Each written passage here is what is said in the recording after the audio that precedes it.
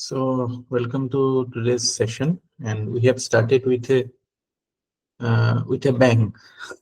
Aswati asked the question that why there is neglect of public services post 1991 reforms. And Polase says because there is reduced incentive for government, so it is happening. It will go with no. Yes, sir. Actually, মই যেটো কৈছিলো হেতু তাতকেও এটা foundational লেভেলৰ কথা যে how neoliberalism works. So neoliberalism বুলি যেটো idea বা liberalism বুলি যেটো idea that works on the principle of what? That works on the principle of minimum government. It works Yes, on sir. the principle of minimum government. So neoliberal আমি যেটা neoliberal model to adopt করিলো. In fact, we were forced to adopt it because of our balance of payment crisis.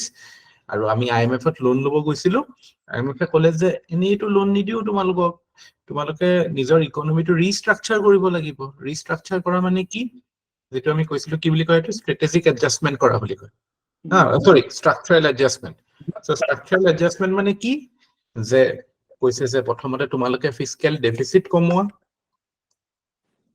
মানে government spending কমোৱা essentially গভৰ্নমেন্টৰ খৰচ কমোৱা foreign inflow allow kora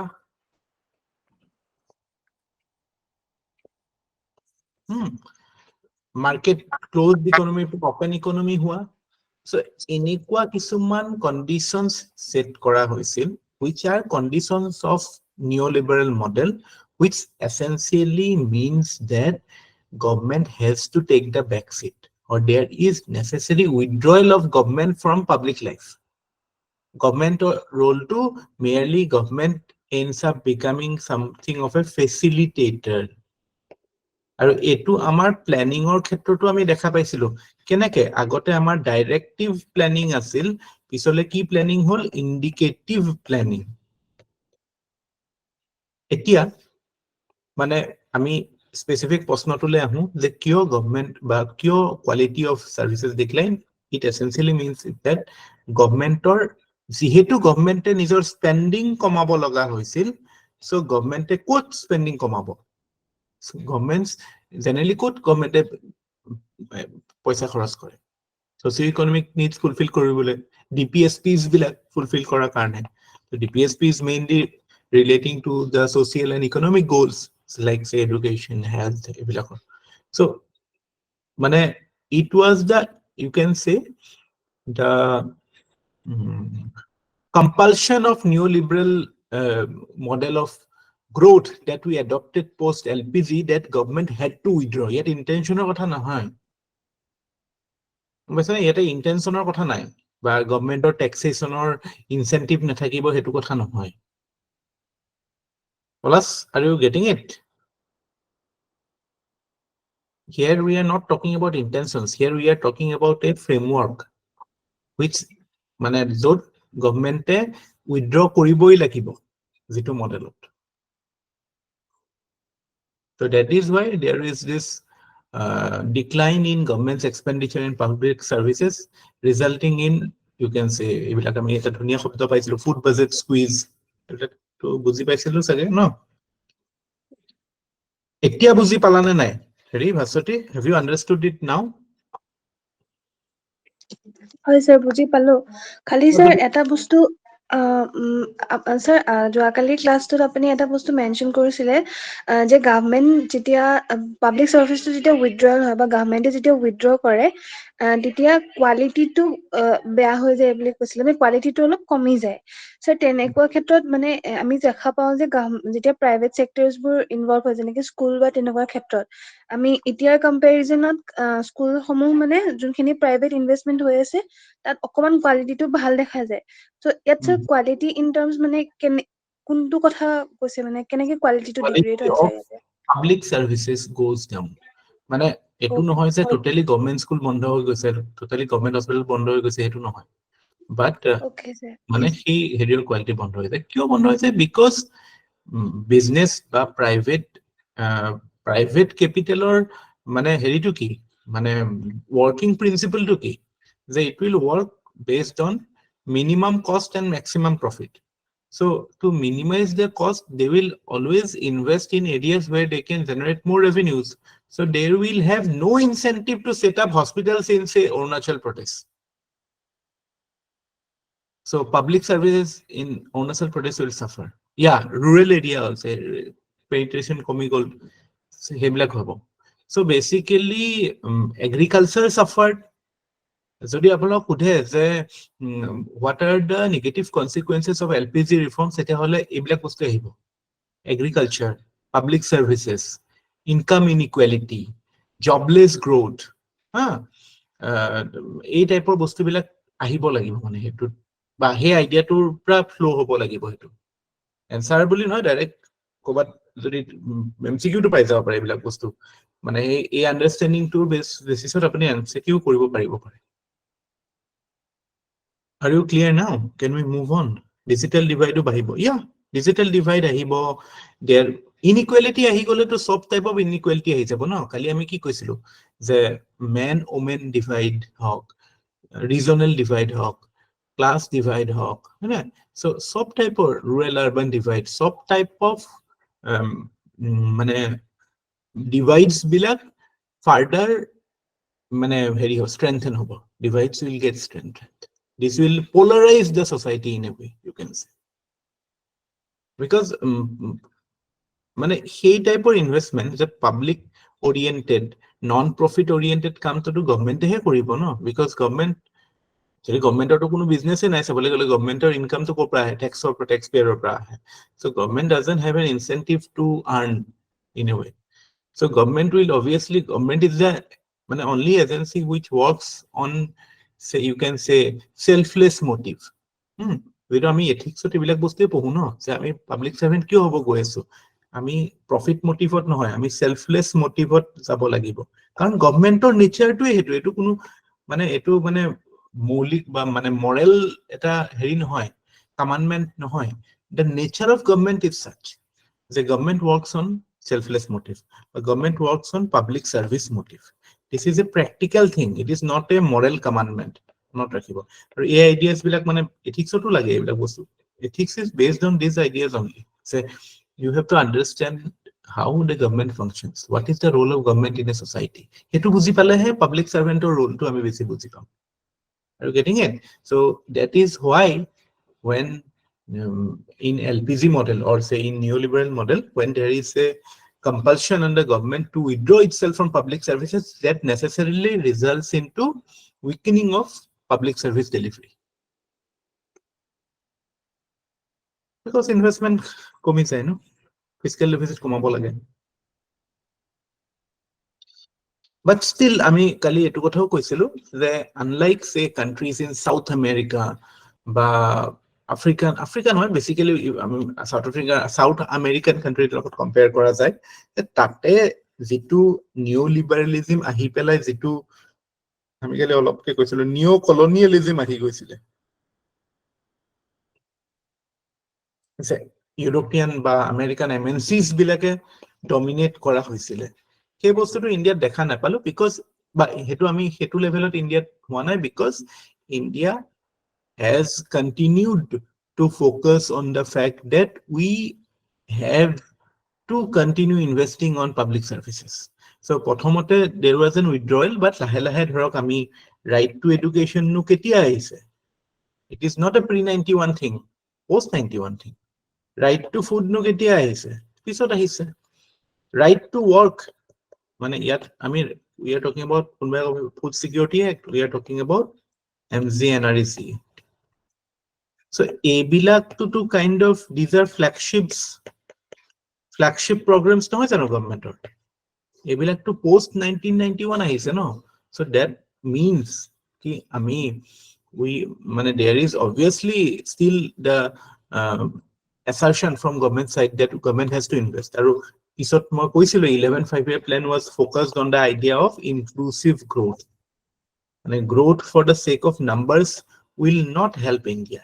Growth has to be inclusive. It has to percolate to the bottom. Otherwise, growth will result in concentration of wealth and creation of income inequality. Are you getting it? I hope you are getting it.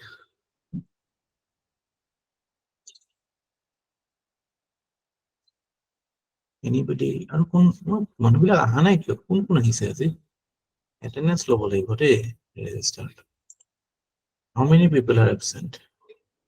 Nandita is here. এইকেইটা অহা নাই কেইটামান. জ্ঞানদীপ অহা নাই. Noyan has some issues, he has told me. আৰু কোনোবা অহা নাই. But you should attend class regularly, otherwise recorded videos চাবলে I don't know how much.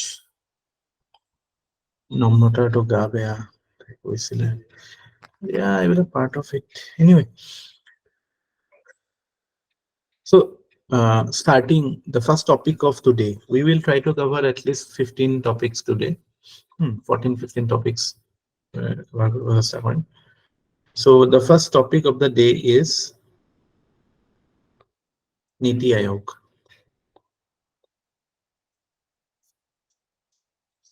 Have you heard this term ever before? What is Niti Aayog? কোনে ক'ব?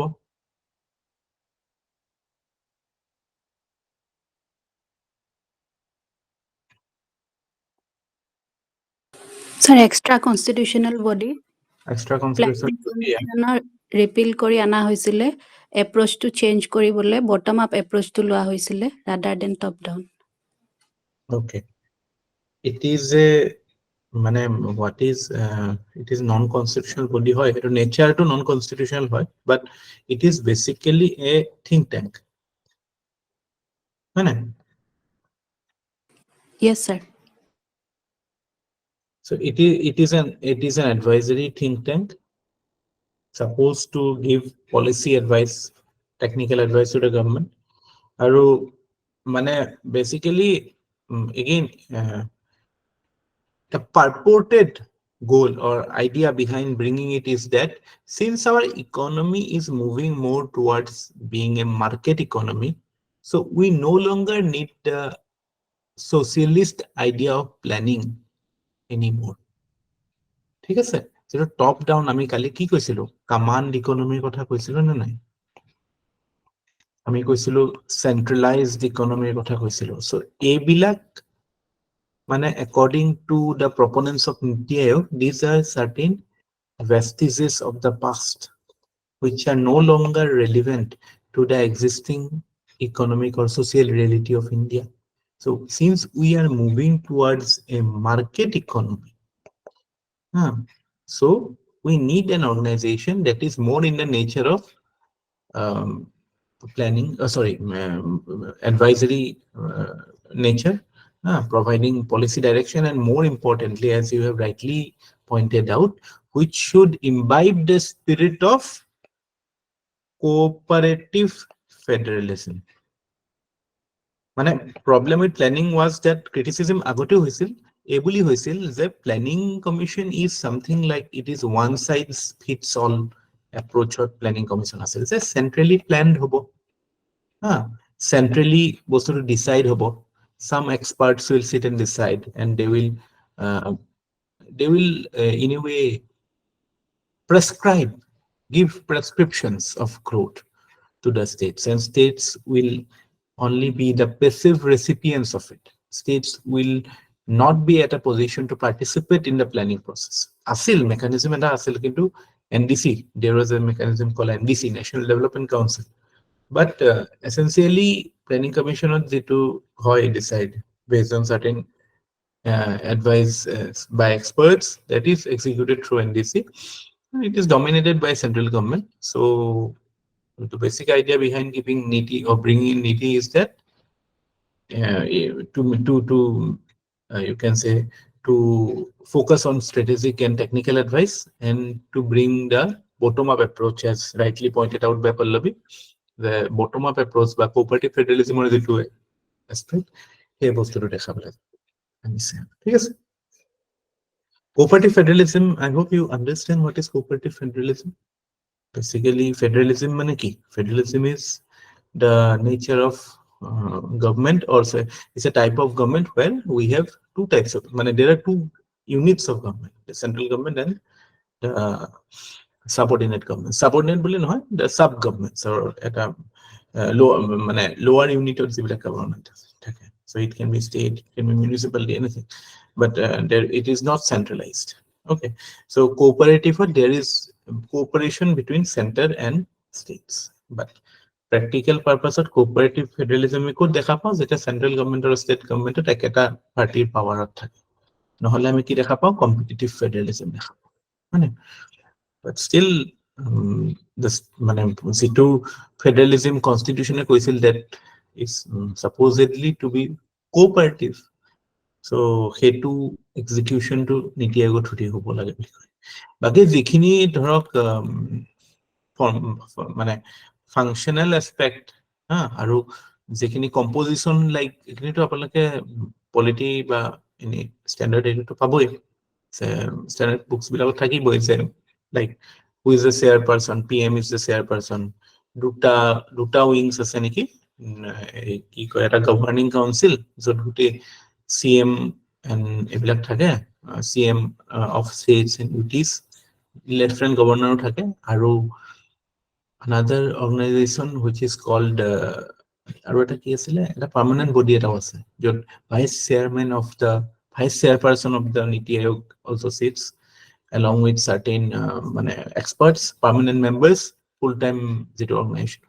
So basically যদি composition wise আমি চাওঁ দুটা wing আছে, political wing and expert wing, you can say, বা full-time wing.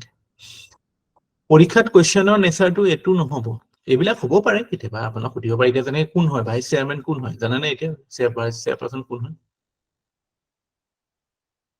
Google নকৰাকে?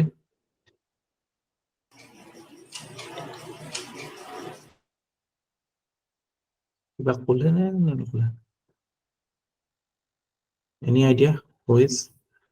No, chairperson is PM, vice chairperson কোন হয়, who heads the permanent wing, যেটো permanent organization structure এটা আছে। CEO জন BR Subramaniam.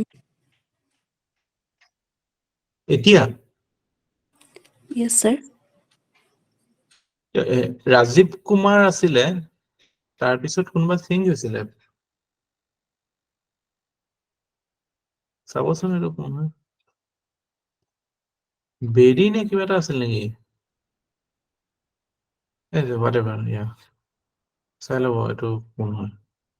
এজন CEO এজনো থাকে যিজন পাৰ্মানেন্ট হেৰিয়ত, CEO জন বেলেগ কিবা, CEO ইজ কথা মই কৈছিলো হেৰি সুব্ৰমণিয়ম জন CEO হে হয় স্যাৰ, BR সুব্ৰমণিয়ম জন।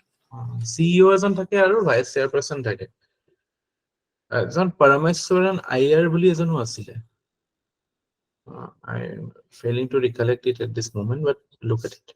Anyway, পৰীক্ষাত সেইবিলাক বাৰু আহিলেতো বাৰু ইজিয়ে হয়, কাৰণ ইমান প্ৰব্লেম হ'ব নালাগে, অবভিয়াছ বস্তুৱে হ'ব।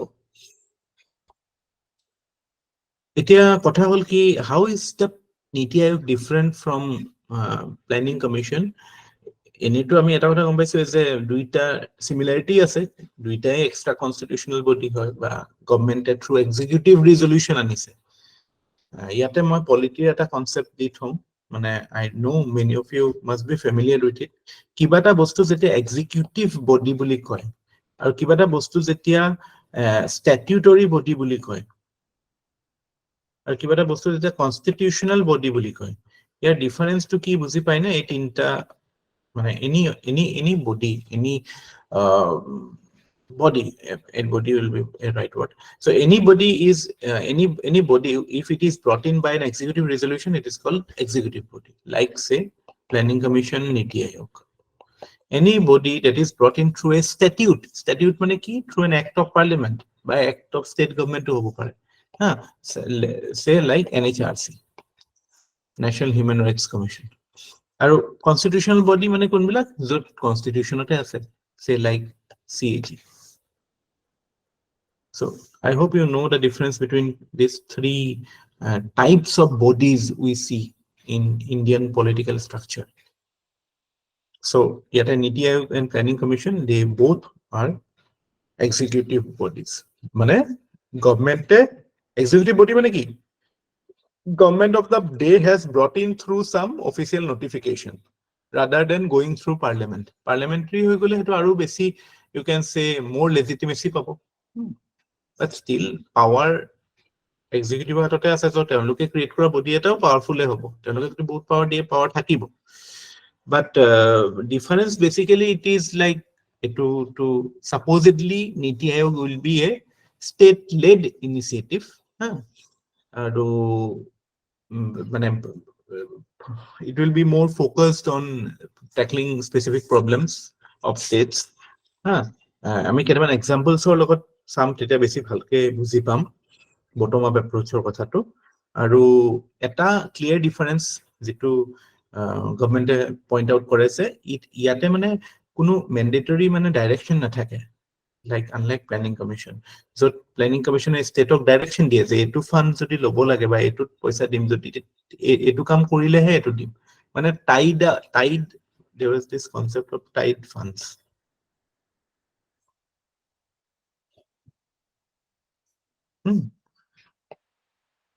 So এইবিলাক বস্তু আছে, so kind of state of federalism principle টোতে এফেক্ট কৰে।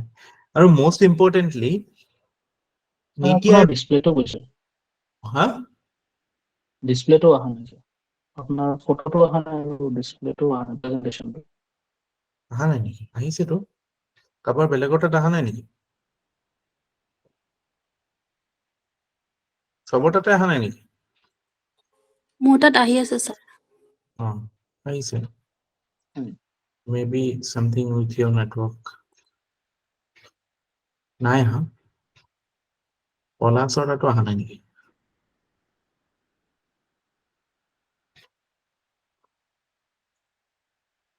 মানে স্যাৰ দুটাৰে ক্যামেৰা আউটপুটটো পোৱা নাই স্যাৰ, স্ক্ৰীনখনৰ পোৱা নাই আৰু আপোনাৰ ভয়েসটো আহি আছে।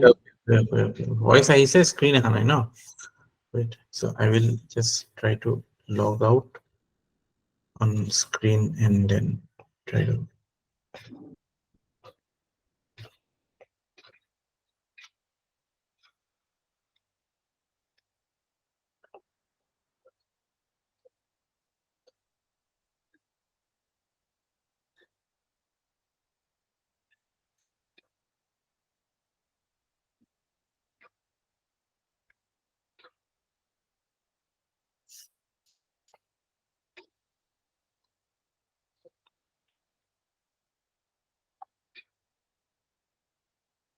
এতিয়া আহিছে?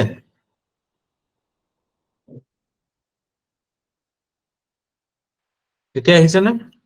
অহা নাই স্যাৰ, মইতো পোৱা নাই তেনেকে। Wait.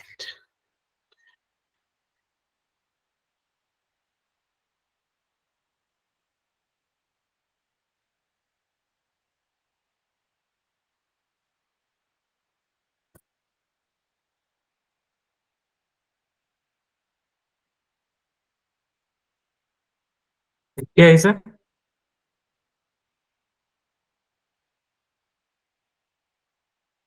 নাই আহা স্যাৰ, ফাৰ্ষ্টতে আহি মোৰ আছে তাত নেকি? আহি আছে স্যাৰ। আপুনি দেখি আছে নেকি আপুনি? হয়, মোৰ তাতো আহি আছে, মই দেখি আছো, ছাৰকো দেখি আছো আৰু হেৰিটো দেখি আছো। আচ্ছা, মই তেনেহ'লে এবাৰ লগ আউট কৰি ট্ৰাই কৰিছোঁ।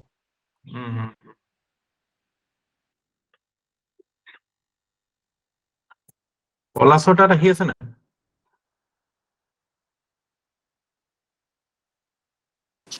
আৰু মোৰ তাত অহা নাই। অহা নাই? লগ আউট কৰি লগ ইন কৰোঁ। Saklen, you're getting it? Sir, yes, yes. আচ্ছা, এইটো ভিউ ভাল নে নাই আগৰ যেটো ক্যামেৰাটো ভাল আছিল?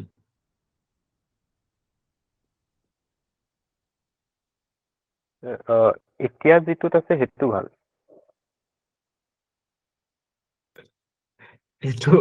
এইটোতো ল্যাপটপৰ ক্যামেৰা হয়, কিন্তু এটা এক্সট্ৰা কিনি পেলাই আনা ক্যামেৰা, সেইটো বেয়াই হৈছে, মানে ল্যাপটপটোৱে বেটাৰ আছে নহয়।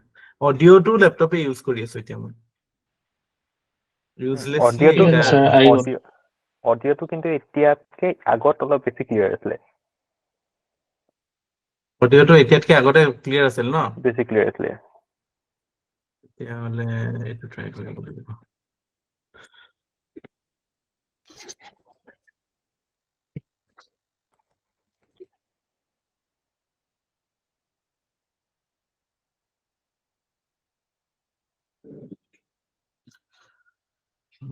এতিয়া আহিছে নেকি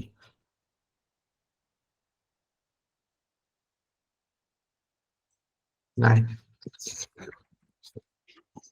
এনেকে থাক I will shout audio will not be a problem no audio to problem নহয় ইমান ঠিকে আছে স্যার এটা দেখা অডিবল হয় ঠিকে আছে মৃন্ময় হয় and স্যার আহি পলাশ আছে স্যার ঠিক আছে সব ঠিক আছে স্যার উইদাউট ৱেষ্টিং টাইম মই এইটো কথা কৈছিলো যে প্লেনিং কমিশ্যনে পইচা দিব পৰা পাৱাৰ থাকে কিন্তু নীতি আয়োগৰ নাথাকে এইটো আটাইতকৈ ইম্পৰ্টেণ্ট ডিফাৰেঞ্চ যে ফাণ্ড এলোকেশ্যনৰ কোনো পাৱাৰ নাই নীতি আয়োগৰ এতিয়া totally it is an advisory body finance মিনিষ্টাৰে বা ফাইনেন্স মিনিষ্ট্ৰীয়ে দিয়ে ফাণ্ড এলোকেশ্যন কিন্তু প্লেনিং কমিশ্যনে আগতে they had separate powers from finance ministry to allocate funds ঠিক আছে চ' সেইটো ক্ষেত্ৰত মানে কনফ্লিক্টটো ক্ৰিয়েট কৰিছিল ফাইনেন্স মিনিষ্ট্ৰী আৰু প্লেনিং কমিশ্যনৰ মাজত এতিয়া সেইটো ডাইকটমিটো নাই ঠিক আছে তো হেভিং ডিছকাছড দ'জ থিংছ বাকীটো আমাৰ অবজেক্টিভছ এইবিলাকতো আমি গম পাইছোৱেই কেনেকুৱা টাইপৰ হ'ব পাৰে ইণ্টাৰষ্টেট কোঅৰ্ডিনেশ্যন এইবিলাক কিবা কিবি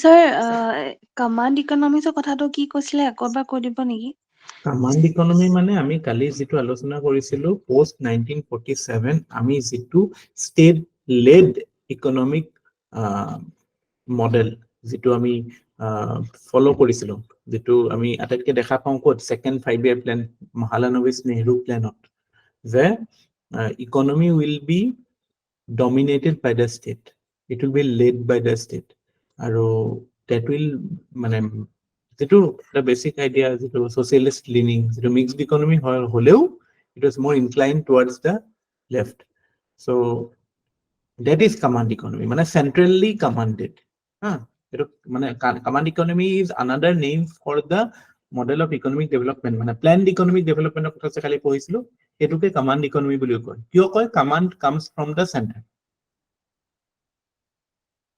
গভৰ্ণমেণ্টে যেনেকৈ ডাইৰেকশ্যন দিব সেই হিচাপত ইকনমিটো হ'ব গভৰ্ণমেণ্টে যদি কয় যে প্ৰাইভেট সেক্টৰে এইটো কাম কৰিব নোৱাৰে প্ৰাইভেট সেক্টৰে নোৱাৰিব গভৰ্ণমেণ্টে যদি ক'ব এইটো পাৰিব এতিয়াতো বহুত ক্ষেত্ৰত government has no say you can do any business in a way if you want to সেনেকুৱা লাইচেন্স ল'ব নালাগে ন আগতেতো if you wanted to do anything you had to take a license আগতে সেইটো মানে লাইচেন্স কোটা পাৰমিট ৰাজ বুলিও কয় ন Pre-91, there was this system called license quota permit RAS. সব কামৰ কাৰণে লাইসেন্স ল'ব লাগে তো কাৰণে কমান্ড ইকনমি বুলি কৈছিলে Are you clear now? হয় স্যাৰ হ'ল So the basic difference নীতি আয়োগ আৰু প্লেনিং কমিশ্যনৰ বুজি পালে মেইন ডিফাৰেন্সটো ফাণ্ড এলোকেশ্যনৰ ক্ষেত্ৰত আহে আৰু সেকেন্ড ডিফাৰেন্সটো হৈছে যে ষ্টেটৰ ৰোলৰ ক্ষেত্ৰত এতিয়া কেইটামান ইম্পৰ্টেন্ট ইনিচিয়েটিভস অফ নীতি আয়োগ some important initiatives of Niti Aayog. Can you name me some important initiatives of Niti Aayog? প্ৰথমটো Niti Aayog is the chief nodal agency for SDG. যেটো UNDP Sustainable Development Goals আছে সেই goals খিনি attain হৈছে নে নাই হেতুৰ ইন্ডিয়াৰ যেটো মানে কোঅৰ্ডিনেটিং এজেন্সি আছে তো through Niti Aayog Niti Aayog in fact SDG index এটাও পাবলিশ কৰে SDG মানে I hope you know what is SDG Sustainable Development Goals created by UNDP আগতে হেতু MDG বুলি আছিল Millennium Development Goals আছিল 2015 লৈকে আছিল 15 ৰ পৰা এতিয়া 30 লৈকে we have Sustainable Development Goals how many goals are there SDGs কেটা আছে 17 স্যাৰ মেইনছৰ আগত মনত আছিল নে এছডিজি কেইটা স্যাৰ আধা আছিলে কেইটামান মাজে মাজে পাহৰিছিলো এইটোতো এটা মেন্ডেটৰি মনত ৰাখিব লাগে কেতিয়াবা মেথ দা ফলোইং আহিছে আপোনাৰ প্ৰিলিমছত no poverty zero' hunger good health and well being quality education gender equality আছিলে ন ফাইভলৈকে আছে চ' গোটেইকেইটা মনত ৰাখিব লাগে চ' নীতি আয়োগে এইটো কৰে তাৰপিছত another very important index that নীতি আয়োগ publishes composite water management water management report composite water management index management to MGMT লিখি দিছো দেই index তাৰপিছত ইনোভেশ্যনৰ ক্ষেত্ৰত there is Atal Innovation Mission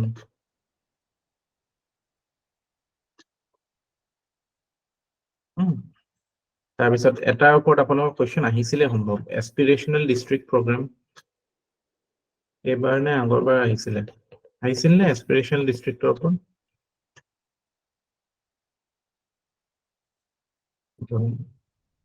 there was a question in mains I think so এইবিলাক আহিছে যে কোনটো বডিৰ লগত এছ'চিয়েটেড কেতিয়াবা আহিছে তো এনেকুৱা দুই এটা বস্তু জানিব লাগে সেইটোৱে হয় আৰু ইয়াৰ বাহিৰেও এটা ভাল এক্সাম্পল হয় you can note it down যে in 2015 three subgroups of CMs মানে chief ministers were set up for making recommendations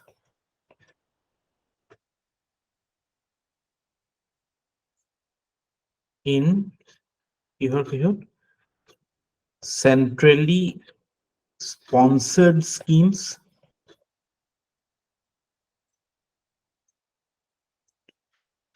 skill development and Swachh Bharat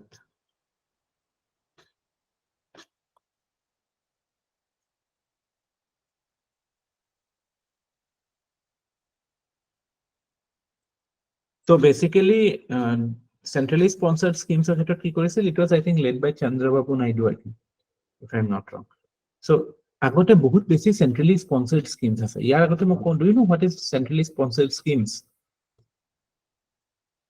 government of India কিছুমান centrally sponsored schemes থাকে কিছুমান central sector schemes থাকে do you know the difference sir funding or difference হয় central sector to fully center fund কৰে আৰু central sponsored center আৰু state দুইটাৰে sharing থাকে sir দুইটাৰে sharing থাকে এতিয়া সাবজেক্টৰ ক্ষেত্ৰত কেনেকুৱা থাকে আমাৰ যে 7 scheduleত যিখিনি লিষ্টত সাবজেক্ট কিছুমান আছে নহয় সো সাবজেক্টৰ ক্ষেত্ৰত মানে সেন্ট্ৰেল সেক্টৰ স্কিমছত গোটেইখিনি স্টেট সাবজেক্টৰ বস্তু থাকিব নে ইউনিয়ন সাবজেক্টৰ বস্তু থাকিব নে সেইটো কথা থাকে নেকি বাৰু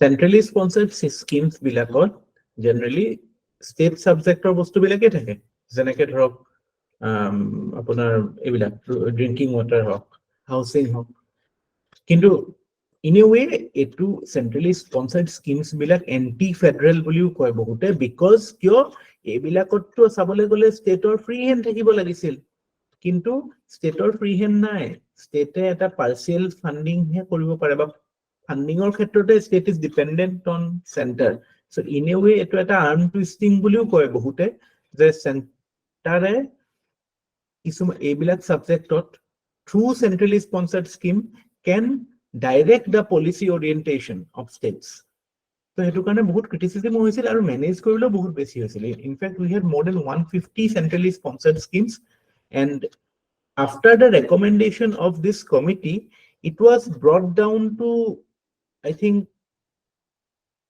bahut komole anisil 30-40 man ahil neki etia so etia bahut komai dia hol তাৰপিছত আমি হেতু কি ক্যাটাগৰাইজ কৰিলো সেন্ট্ৰালি স্পন্সৰ স্কিমস বিলাকৰ মাজতো আমি হেৰি core of the core schemes হা কিছুমান core schemes হেনেকে কৰি দিলো যাতে মানে আমাৰ মানে ফোকাসটো য'ত ষ্টেটক আমি এৰিব পাৰো তাত এৰিব পাৰো আদাৰৱাইজ ফেডাৰেলিজমৰ কোৱেশ্চনটো আহি যায় এইটো চেন্ট্ৰেলি স্পন্সৰ্ড স্কিমছৰ ক্ষেত্ৰত কন্ট্ৰভাৰ্চিটো ঠিক তেনেকে ধৰক নিটৰ ক্ষেত্ৰত নিট পৰীক্ষা লৈ পেলাই যিটো ফেডাৰেলিজমৰ কোৱেশ্চনটো কিয় হয় এইটোৱে basically it is the fact that you are trying to create the policy directions for subjects which should ideally be the domain of the states.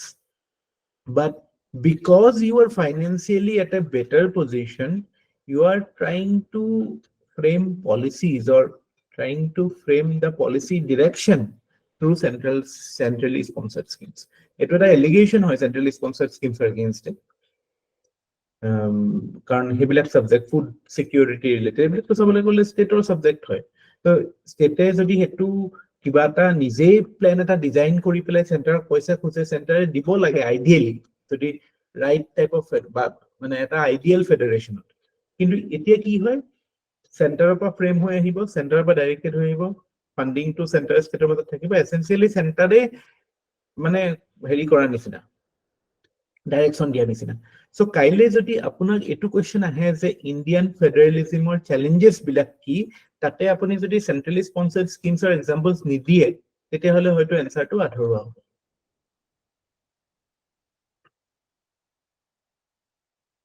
Are you getting it?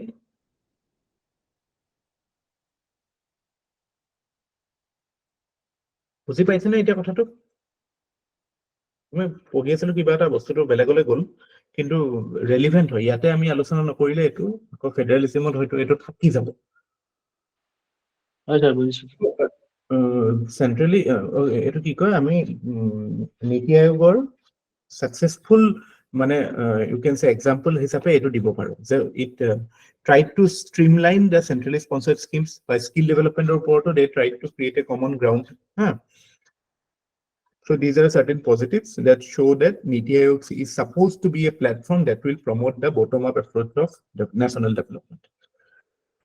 Done and dusted. Niti Aayogৰ ওপৰত আৰু বেলেগ একো ইমান জানিব লগা দৰকাৰ নাই প্লেনিংৰ নিচিনা they have a framework কিবা 15-year vision document 7-year strategy action agenda basically again it is similar to planning but মানে এটা এজেন্ডা সেট কৰে এতিয়া কাৰণ it is a policy think tank it will prescribe policies okay so any question on Niti Aayog that you might এইবিলাকে আহিব এনেকুৱা related বস্তুবিলাকে আহিব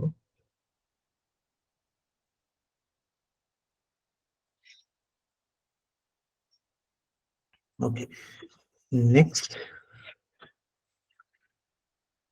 topic is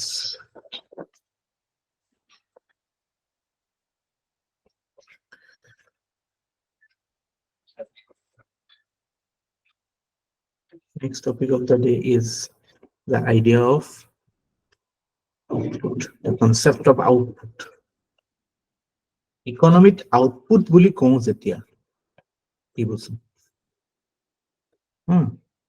so আমি যেতিয়া কওঁ যে India is the 5th largest economy in the world what do we mean basically এটো 5th largest economy মানে কি এটো what is the parameter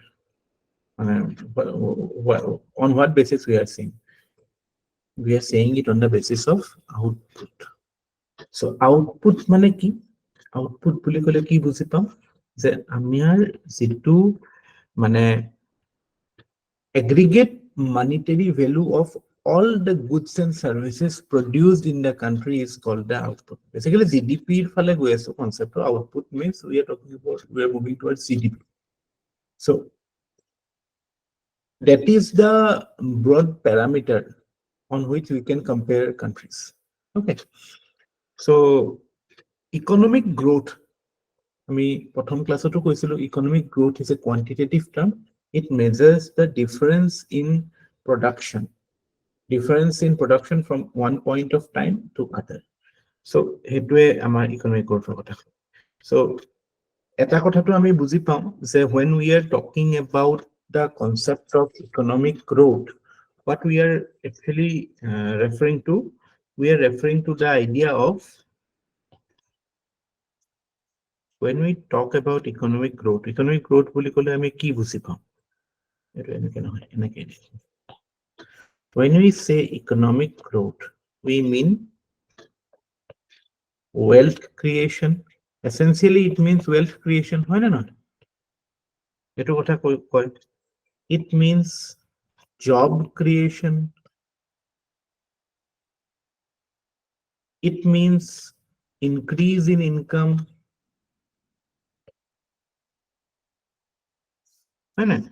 It means increased or improved standard of living.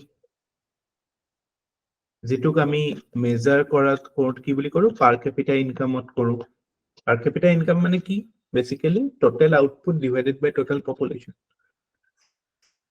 তাৰ পিছত আৰু we can say economic growth means more tax revenues for the government. যেতিয়া output মানে total production value বাঢ়িব এটা ইকোনমি তাৰ মানে গভৰ্নমেন্টৰো you can say it is tax revenue মানে you can say it is a fiscal dividend. গভর্নমেন্টে dividend পোৱা নিচিনা হ'ব না dividend. It will boost the tax revenues. Government will have extra money to finance its spending. বিভিন্ন schemes চলাব পাৰে. So basically output is very essential for an economy for these reasons. ঠিক আছে আৰু এটোৰ লগতে আমি এটা আইডিয়া মানে গভৰ্নমেন্টৰ ট্যাক্স ডিভিডেন্ডৰ কথা যেতিয়া কলুৱে এটা আইডিয়া এখিনিতে বুজিলো যে there is a concept there is a concept, that concept is called tax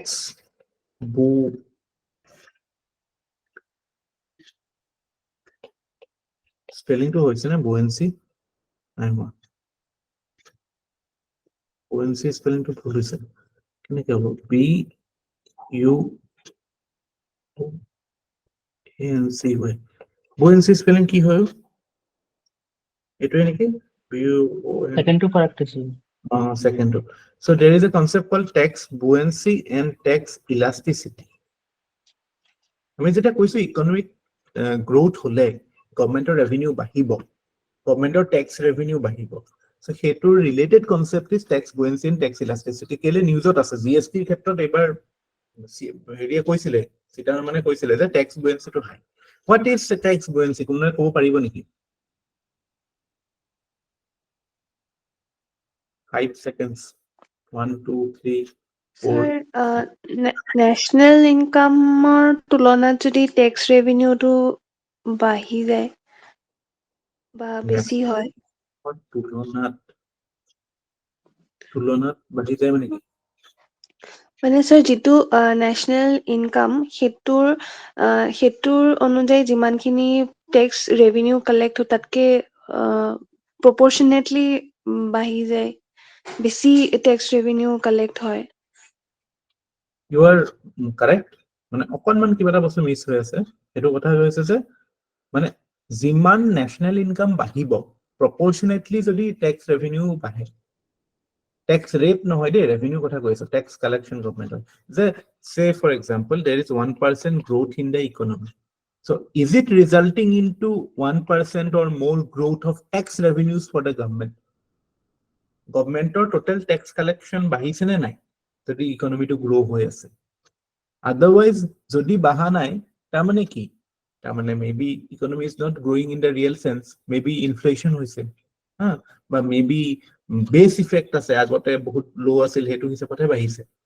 so মানে the response of tax revenue to change or to change in economic growth or লগত tax revenue to কেনেকে বাঢ়ে হেতু আইডিয়াটো কয় tax buoyancy আৰু এইখিনিতে মনত আছে না আমি যে এটা কাৰ্ভ পঢ়িছিলো এনেকুৱাকে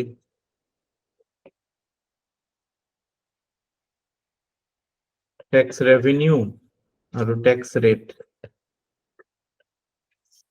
কি আছিলে এই কাৰ্ভটোৰ নাম Leffer curve.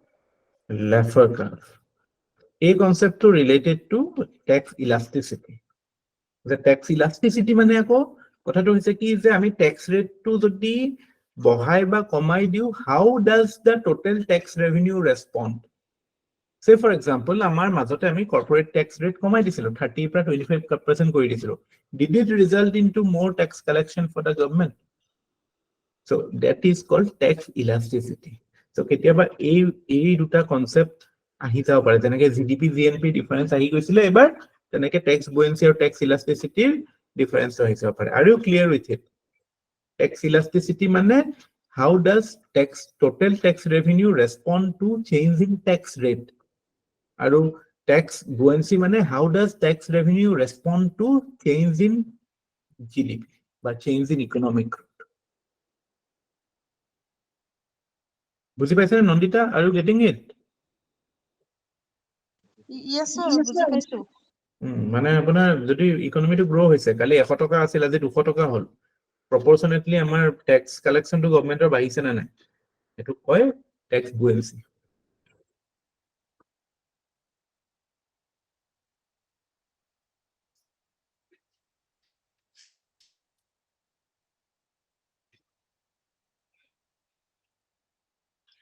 so কিছুমান মানে it is kind of a win-win situation when economic growth is there tax revenue is there so it will obviously মানে growing economy এটাৰ মানে আটাইতকৈ আমি কেনেকুৱা কোনবিলাক বস্তু দেখা পাওঁ মানে কিবিলাক দেখা পালে আমি কওঁ যে okay economy is growing number one reason will be there is rise in demand for goods and services মানে যদি আমি 4 নম্বৰ পইণ্টত চাওঁ যে what are the symptoms of high growth of economic growth বুলি ক'লো এটা যদি আমি চাওঁ তেতিয়ালে আমি দেখা পাম যে there will be এক নম্বৰতে rising demand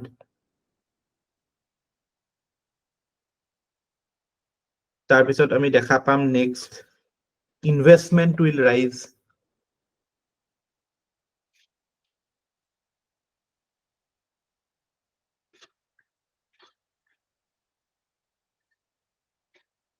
employment will rise demand bahile production bahibo so all these things will rise there is a concept called ekhinde moi koitho aikor boli eta concept ase incremental capital output ratio eto eta microeconomic statistics mane data hoy but it is macro karone obviously relevant hoy ekhon dekhor aikor to kiman eto upor kotha eto it corresponds to the investment rate of a country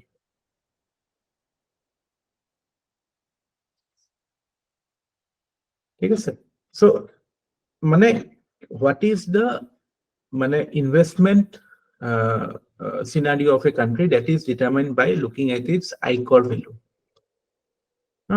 এখন দেশৰ যদি আয়কৰটো বহুত বেছি মানে আছে actually capital কিমান invest কৰিলে আমাৰ ৰিটাৰ্নটো মানে আমি হেতু হিচাপ পাম এটো actually আমি এটা কনসেপ্ট তেতিয়ালৈকে শিকা নাই ইনফ্লেশনৰ কনসেপ্টৰ লগতো ৰিলেটেড যে আমি যদি ইন্ডিয়াত যদি আমি বলে ইনফ্লেশন ইজ সে 10% তো 40 টকা যদি আমি খৰচ কৰো তেতিয়া হলে আমাৰ অকল 4 টকা গ্ৰোথ চাবলৈ গলে so aikor very high aikor is actually not good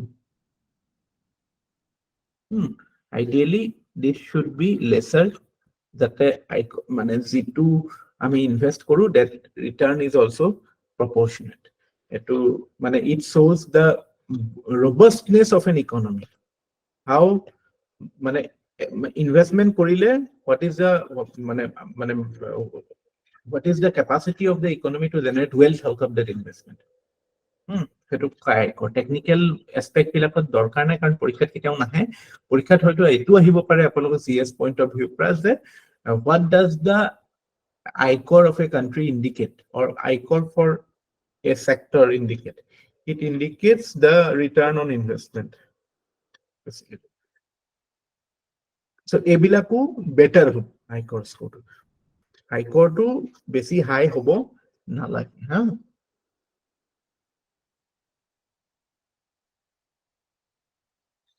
ইণ্ডিয়াৰ এতিয়া বৰ্তমান আয়কৰটো আই থিংক কিমান হয় ইট ইজ 3.5 এতিয়া কিন্তু এটা সময়ত বহুত হাই আছিলে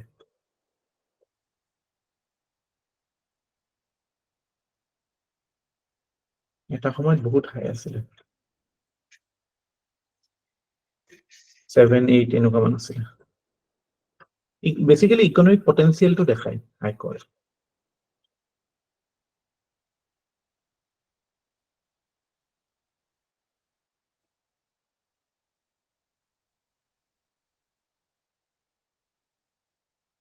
Aykor should ideally be lower. How efficient the economy is.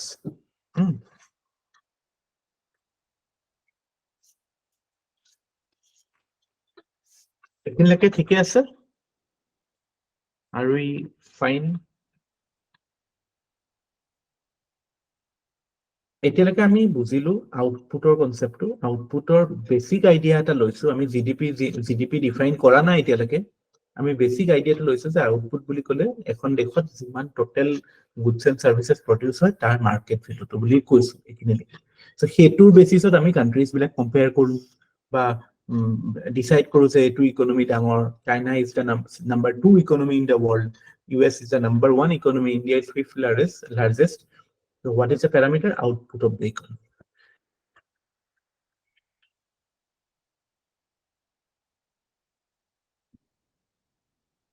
Number 5. Origin of the concept of national income বা output. So national income বুলিও কয় মানে কিয় ইনকাম আৰু আউটপুটক আমি একেলগে ইউজ কৰিব পাৰো বিকজ কান্ট্ৰিৰ কাৰণে যেটো আউটপুট হ'ব মানে মাৰ্কেট ভ্যালুটো যেটো হ'ব যেটো বস্তুৰ দাম হ'ব হেতুটো আলটিমেটলি ইনকামও হ'ব ন প্ৰডাকশন প্ৰসেছত থকা মানুহখিনিৰ কাৰণে হা আমি জিডিপি ক্যালকুলেট কৰোতে এটাটো আউটপুট মেথড থাকে এটা ইনকাম মেথড থাকে ৰিজাল্টটো ideally it should be equal কিছুমান কাৰণে মানে মাইক্ৰো ফ্যাক্টৰস কিছুমানৰ কাৰণে ইকুৱেল নহয় বাট mathematically theoretically speaking it should be equal আৰু অকমান পিছত যেতিয়া আমি ফ্যাক্টৰস অফ প্ৰডাকশন পঢ়িম তেতিয়া এই কনসেপ্টটো আৰু ক্লিয়াৰ হ'ব বাট এতিয়ালৈ এটো হোল্ড কৰি ৰাখক যে ন্যাশনাল ইনকাম বুলি ক'লে that is equivalent to the idea of output okay now tell me who was the proponent of the idea of national income national income বুলি আইডিয়া এটা যে লাগে বা মানে আমি এইবিলাক বস্তু যে আমি প্ৰপাৰলি ডাটা এভেইলেবল থাকিব লাগে এই আইডিয়াটো কেতিয়াৰ আইডিয়া কিমান পুৰণা আইডিয়া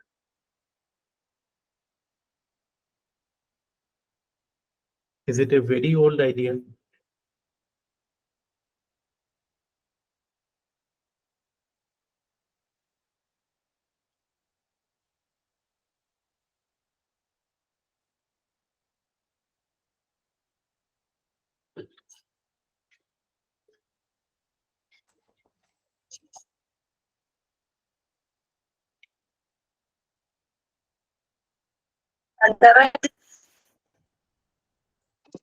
দাদাভাই নৰজি নেকি দাদাভাই নৰজিয়ে যেটো বা এই সময়ৰ যিখিনি আমাৰ আৰসি বা এনেকুৱা ইকনমিক্স আছিলে তেওঁলোকে একচুয়ালি তেওঁলোকৰ মেইন কন্ট্ৰিবিউশনটো আছিলে যে টু মানে যেটো poverty and un-British rule of India এই বুলি কৈছে ন সব তেওঁলোকে ব্ৰিটিছৰ যেটো ইকনমিক পলিসি বা ফৰ দ্যাট ম্যাটাৰ লিবাৰেল যেটো ক্যাপিটালিষ্ট ইকনমিৰ যিবিলাক ড্ৰবেক্স যে কেনেকে there is a drain of wealth from India সেইবিলাক আইডিয়া দেখাইছে কিন্তু এটোত আমি কৈছো যে এটো এটা মানে in a way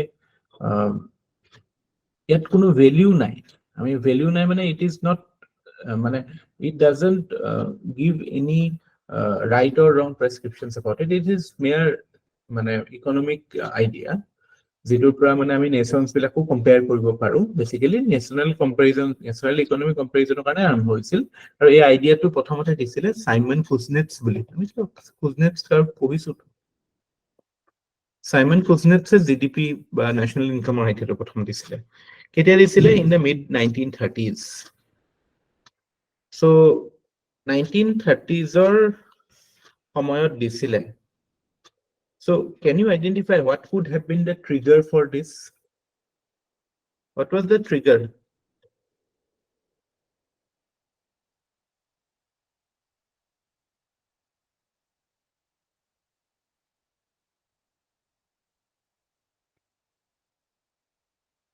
What could have been the trigger for Simon Kuznets to create the concept of national income?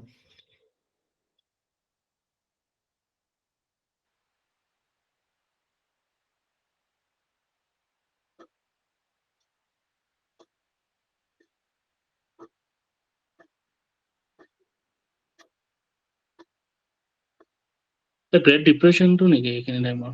Yes, correct. সেই সময়ত ইউএছত গ্ৰেট ডিপ্ৰেছন হৈছিল. One of the important reasons cited at that time was the lack of data. Lack of data unavailable হৈ আছিল হেতু কাৰণে maybe they were not able to tackle the problem on a prompt basis, and the need was felt to have quality economic data, and that is why Simon Kuznets came up with the idea of national income, basically to capture all the economic activities that were going on within a particular geography.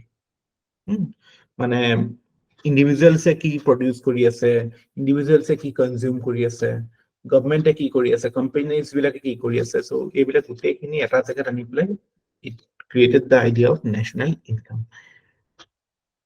So Kuznets curve to, I hope you remember na, Kuznets curve যেটো inequality বাঢ়ে বুলি কৈছিল as economy grows, per capita income inequal বাঢ়া লগে লগে বা economic growth হোৱাৰ লগে লগে there will be rise in inequality.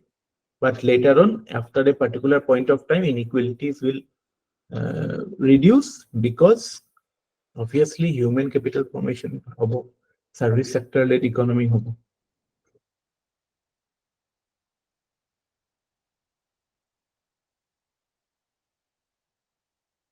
Okay, now I hope you are clear with it. এটো কি জানা নাছিল নেকি জিডিপি আইডিয়াটো যে সাইমন কুজনেটছে কৰিছিল? এটো কুইজ সিছত খুৰে দেখোন। No quizzer here.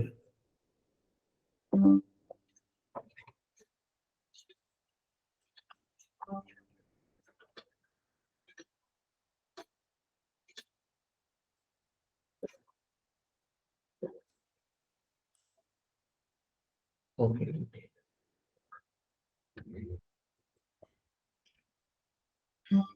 Next, the idea of GDP.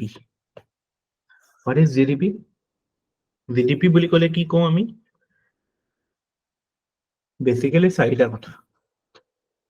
It is the এক number the total market value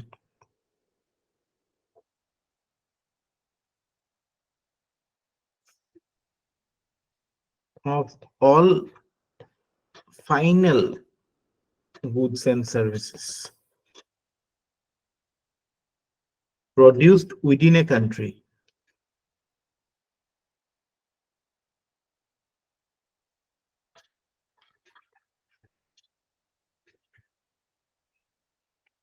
Sign number 2, okay, then in a given time period. Given time. And it can be a quarter, it can be a month, it can be a year. So প্ৰত্যেকটো টাৰ্মে চাওঁ, এইটো market value হ'ব। মানে যিবিলাক বস্তুৰ market value নাই, say you are doing some, you are helping your mother in your household chores, or your mother is doing some work in your home. That is part of what we call as care economy. But unfortunately, that economy is not monetized. That market value nice, so that value will not come under GDP. That is a weakness of GDP in a way. Two question I had: what are the challenges, or how do you think that GDP is a complete measure of economic growth? Discuss. Bole jodi eta question ahi jay. এতিয়া এইবিলাক বস্তু আমি analyse কৰিব লাগিব যে market ভেলুৰ কথা কৈছে so market value মানে কি যিবিলাক বস্তু মাৰ্কেটেড কৰিব পাৰি সো নন মাৰ্কেটেবল ইকোনমিক এক্টিভিটিজ বিলাকটো ইয়াত একাউন্টে নহব that is one challenge so GDP বুলি ক'লে প্ৰথম কথা হৈছে যে মাৰ্কেটত যিবিলাক ভেলু হয় সেইবিলাক বস্তু আহিব সেকেন্ড কথা হৈছে final goods and services final মানে কি ফাইনাল বুলি কৈছে যে can you মানে comprehend the idea why we are using the word final?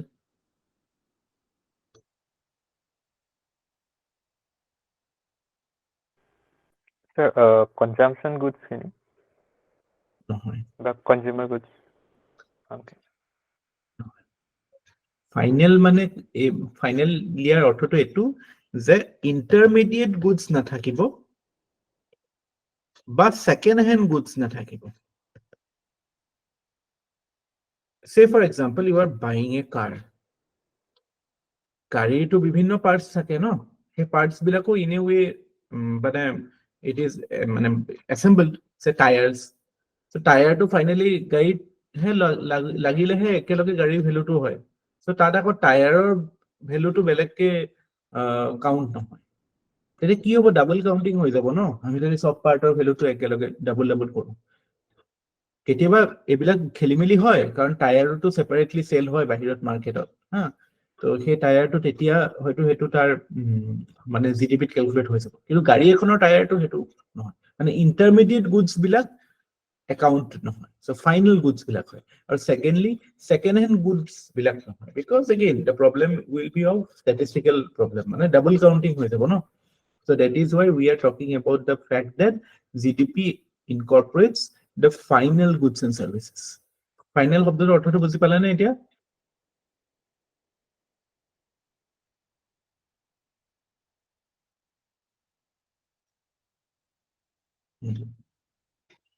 Actually, কি হয় মানে again I will digress from this topic. আমাৰ যেটো ইন্ডিয়ান ফিলসফিত এটা কনসেপ্ট আছে নেটি বুলি Have you heard about this concept?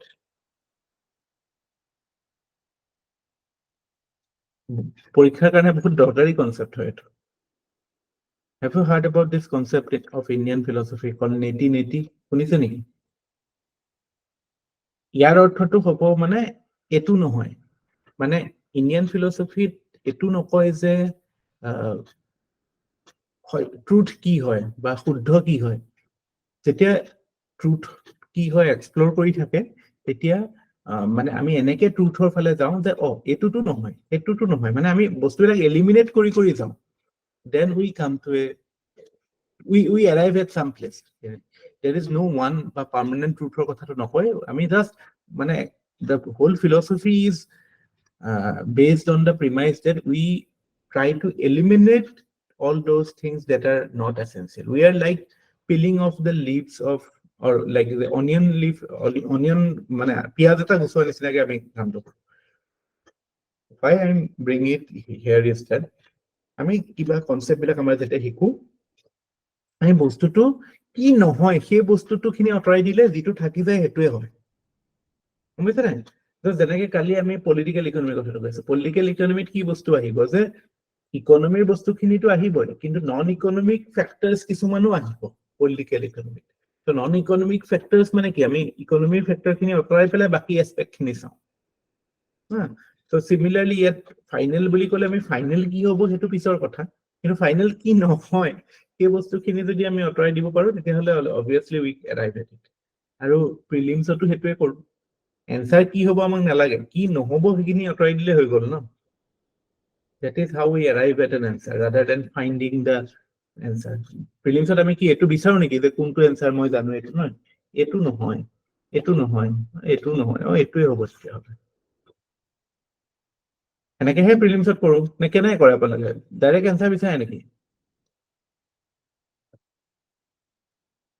I hope not এটোটো I think you have learned those things na how to arrive at an answer rather than finding the answer yeah you try to negation is the way to attempt prelims জানিলেও নেগেশনৰ through দিয়ে যাব তাতে আপোনাৰ শুদ্ধ হোৱাৰ chance বেছি থাকে যদি শুদ্ধে what is your name আপুনি এলিমিনেট কৰি যাব যে ওকে ভাস্বতীয়ে ভাবিব যে ন পল্লৱী গগৈ নহয় মিন্ময় হালৈ নহয় নন্দিতা নহয় এইটোৱে হ'ব মোৰ নাম that is a joke but that is how you should approach it now coming to the topic at hand produced within a country why this is important because when we are talking of GDP it essentially is a geographic concept it means that anything produced within a geographical territory has to be accounted, regardless of who has produced it. So, supposing you have a player from Australia earning some bucks in IPL, his earnings will be counted in India's GDP because the place of earning is India. And fourthly, in a given time, at a particular period of indefinite period of time, বছৰ বা এটা quarter মানে কিটো বুজি পায় যেটো মানে 3 monthly quarter আমি 4টা quarter গোটেই বছৰটো ভগাও start from April May June July August September October November December January February March এই 4টা quarter can you guess which quarter কোনটো quarterত আমাৰ GDP আটাইতকৈ highest থাকে guess কৰকচোন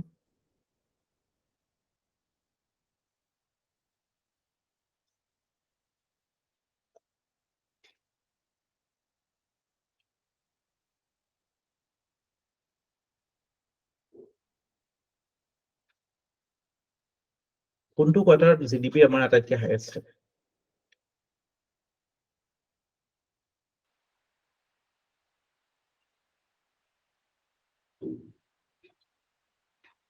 First quarter. ফাৰ্ষ্ট কোৱাৰ্টাৰত পইচা খৰচে নকৰে গভৰ্ণমেণ্ট এক্সপেণ্ডিচাৰ বা Then the last quarter also. নাই থাৰ্ড কোৱাৰ্টাৰটো Bhaswati is correct because festival চিজনটো পুৰা থাকেতো মানে ইকনমিক এক্টিভিটি আটাইতকৈ বেছি হয় থাৰ্ড কোৱাৰ্টাৰটোত আৰু কেতিয়াবা ছেকেণ্ড কোৱাৰ্টাৰটো ভাল হয় যদি মনচুন ভাল থাকে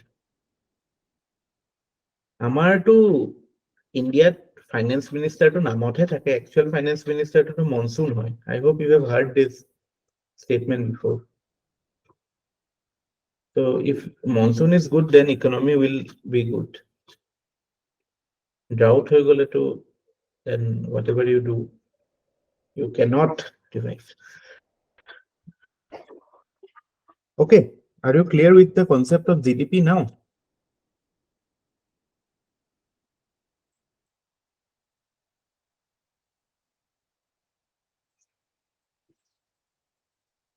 any doubt proper to porikhat ahise GDP to next comes the concept of GNP or gross national product the difference between GDP and GNP is very simple GDP talks about the geographical dimension of production or geographical aspect of output geographical aspect of output to kotha koy aru GNP ki hoy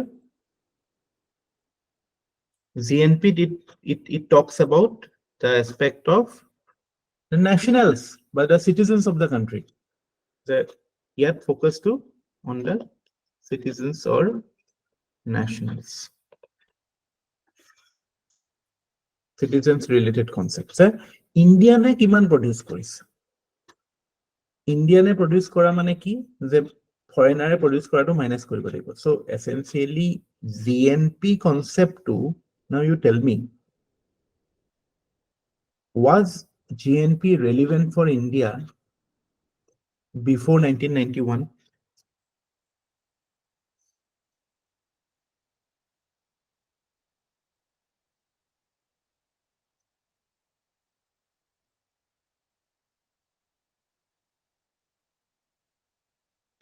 GNP as a concept, was it relevant for India before 1991?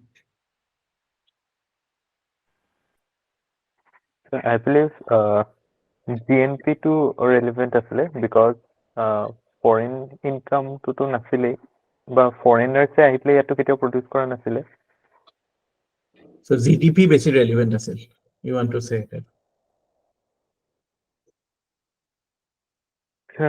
মই GNP কথা ক'ব বিচাৰিছো, মানে because it accounts for the income of the citizens of India, thus Okay. GNP was relevant.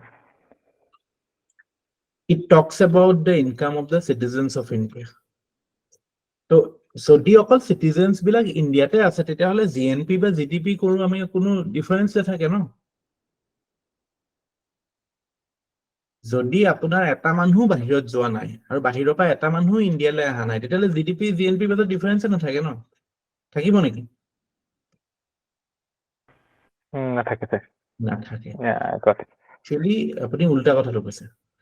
GNP signifies the growth of world trade বা global trade or growth to signify করে GNP যে আমি আমাৰ nationals বিলাকে income কৰাৰ কথাটো কিয় কৈছো, because there is the possibility of your people going to other places and doing business, সেটোটো pre globalization to possible নাছিলে হয় না।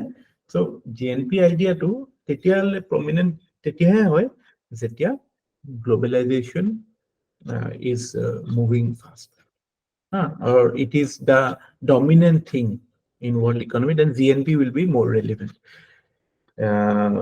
Still, the basic thing is that ki আপোনাৰ ইকোনমিটো কিমান গ্লোবেলাইজ হৈছে সেইটো ইন্ডিকেট কৰে যদি জিএনপি টো বহুত বেছি আছে। এটা এটো আমি বুজিবলৈ হলে আমি কান্ট্ৰি লাইক ধৰক আয়াৰল্যান্ড, যিবিলাক ট্যাক্স হেভেন থাকে সেইবিলাকৰ ক্ষেত্ৰত আমি এটো বস্তুটো কনসেপ্টটো আৰু বেছি ভালকৈ বুজিম যে এখন tax haven country, what is a tax haven?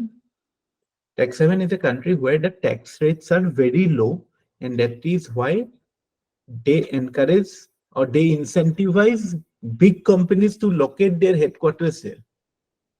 Headquarter তাত locate হলে কি হ'ব, because tax rate is low. Say আমাৰ ইয়াত corporate tax rate কিমান হয় 25%, আয়াৰল্যান্ডত হয়তো 5% হ'ব।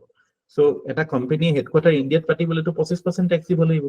so what they will do is they will shift their headquarter to Ireland and their operations কিন্তু বেলেগ কান্ট্রিত হৈ থাকিব। so essentially your domestic production is negligible, but you have companies there who are taking out money from your economy.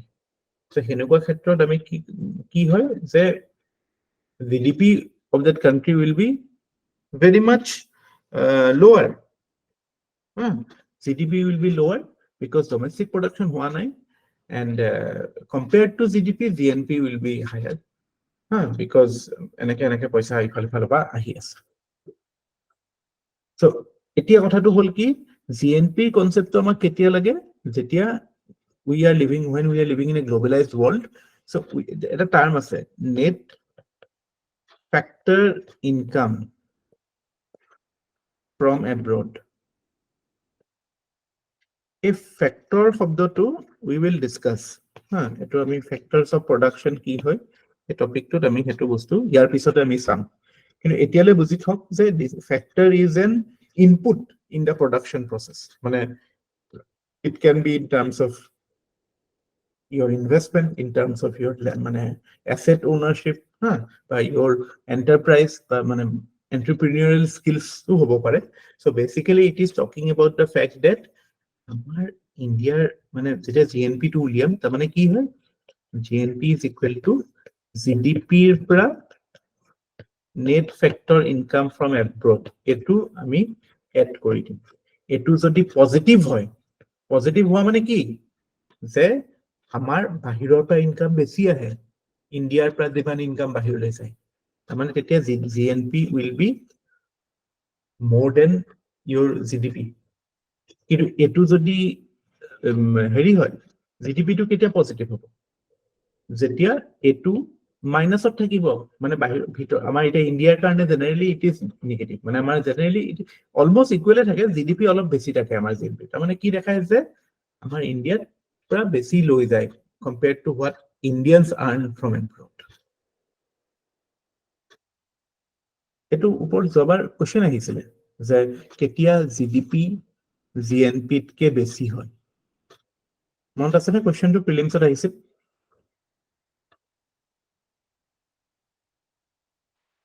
হয় sir. Are you clear with this concept? Simple mathematical idea into significance to important. Significance is important, right? That it shows that how you are integrated with the world economy. If you consider a country like India, we are a country with the highest remittances in the world. Are you aware about this fact? Remittances মানে কি জানেন না? Olas, you know what is remittances? Sir, money that is sent by Indian nationals that are working outside to their families. So remittances বাহিৰৰ পৰা আহে মানে that will be part of GDP or GNP? Sir, GNP. So সেইটো পইণ্টৰ পৰা GNP becomes an important indicator for India সেইটো perspective.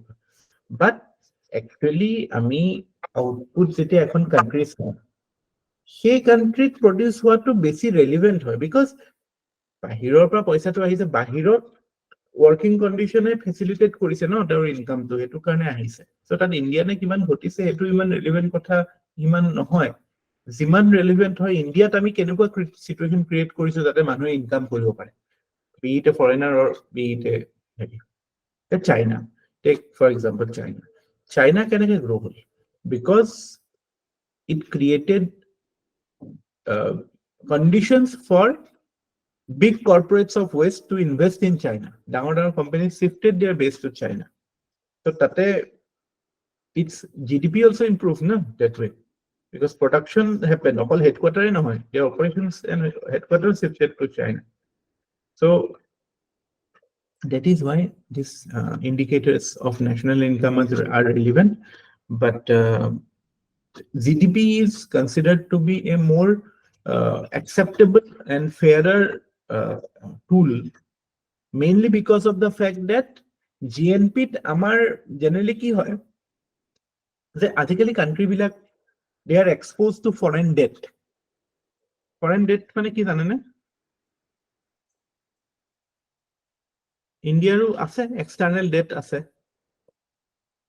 so এইটোতো that is like your মানে it's going out না মানে বাহিৰৰ মানুহে earn কৰি আছে ইণ্ডিয়াৰ পৰা so that will be in GNP then remittances কথা কলো সেটোৱে আমাৰ ইয়াত আহিব so does it qualify or does it reflect anything about what is the India's working condition এটো নেদেখায় এটো বাহিৰৰ লগতহে বস্তুটো বেছি কানেক্টেড বাহিৰত কেনেকুৱা সিচুৱেচন so এটো কাৰণে GNP টো কিমান ৰিলেভেন্ট নহয় বা GNP টো কিমান মানে GDP টো বেছি একচেপ্ট কৰে এটা ডমেস্টিক ইকোনমিৰ output domestic output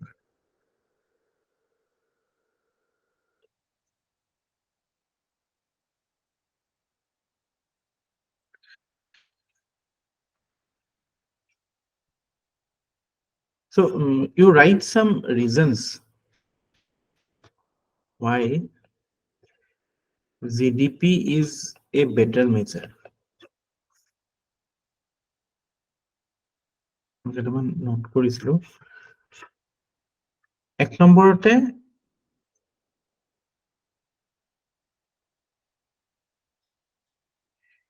GDP is domestic production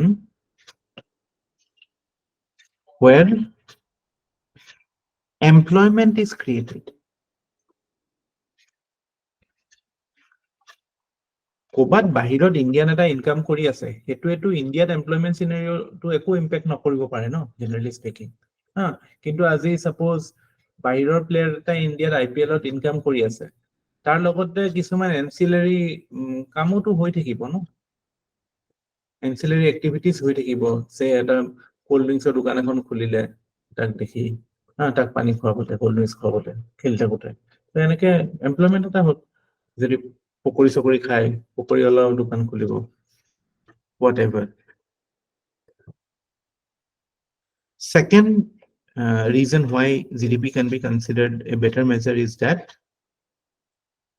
only through GDP your inflation is moderated GNP doesn't have any impact on inflation.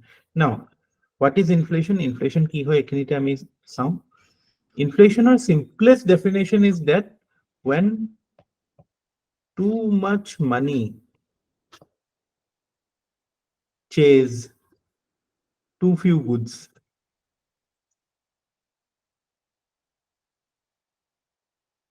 যেতিয়া বজাৰত পইচা বেছি আছে, এটা সাপোজ কাৰেন্সি আৰু বস্তু সাপোজ একিটাহে আছে, সো কি হ'ব নেচাৰেলি পাৰ হেতুৰ দাম বাঢ়ি যাব, কিন্তু যেতিয়া আমাৰ জিডিপি বাঢ়িব মানে ডমেষ্টিক প্ৰডাকশন বাঢ়িব মানে কেটুতকে যদি আৰু দুটা বাঢ়ি গ'ল অটোমেটিক্যালি ইয়াৰ দাম কমি যাব না নাই when supply will be more in the domestic market.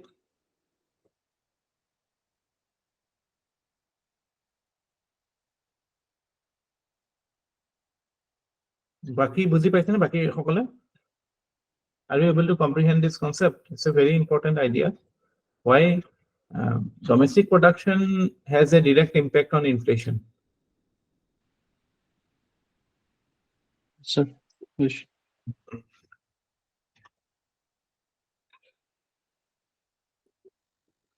Third reason why GDP can be considered a better measure is that obviously tax revenues will be more. Government or ability to tax domestic income is more than its ability to tax foreign income. তাতো হয় এতিয়া বাহিৰৰ পৰা suppose কিছুমান NRI deposit হৈছে remittance তাতো গভৰ্ণমেণ্টে ইচ্ছা কৰিলে টেক্স লগাব পাৰে, বাট ইণ্ডিয়াতে প্ৰডিউচ হোৱা বস্তু এটাত আমি বেছিকে টেক্স লগাব পাৰিম ন, বা টেক্স ৰেভিনিউৰ স্কোপটো বেছি থাকিব, ঠিক আছে?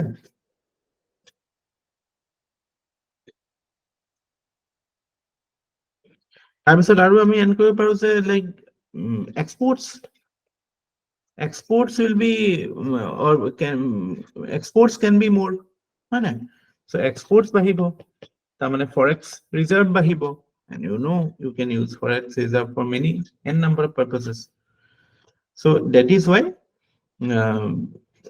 GDP is considered as a better measure than GNP, but although we should keep in mind that India is a big beneficiary of remittances of এইবিলাক ফৰেন কোম্পানী বিলাকে ইণ্ডিয়াত যিমান একুইজিশ্যন কৰে বা ইণ্ডিয়ান কোম্পানী বাহিৰত গৈ অপৰচুনিটি পাইছে like Tata কথাত মই, but general consensus is that GDP has greater value than GNP.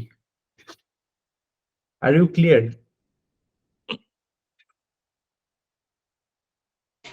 Yes, sir.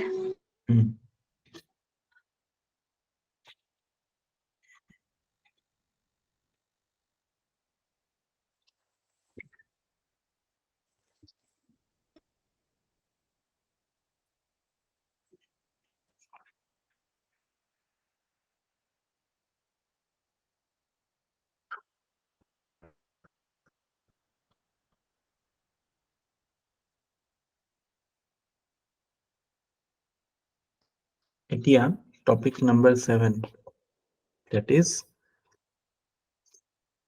factors of production.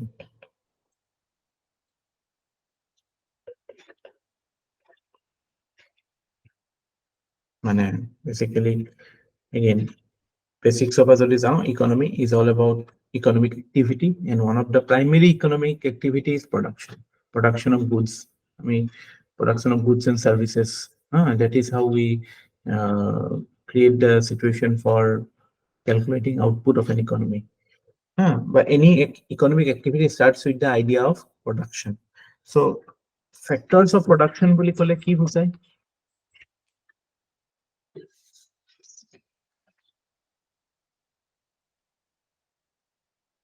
What are the factors of production, Bhaswati?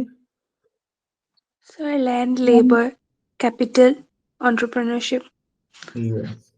So যদি আমি হেতু সেই আইডিয়াটো আমি sum up কৰিব লাগে, the basic thing is that all those elements that are required for producing a good or service. So মানে production processত কি লাগিব পাৰে? Let's say for example আমি এটা service এটা produce কৰিছো, say for example we are doing this coaching class. So ইয়াতে আমাক প্ৰথম বস্তুটো এটা place লাগিল, That place can be a rented place. Huh?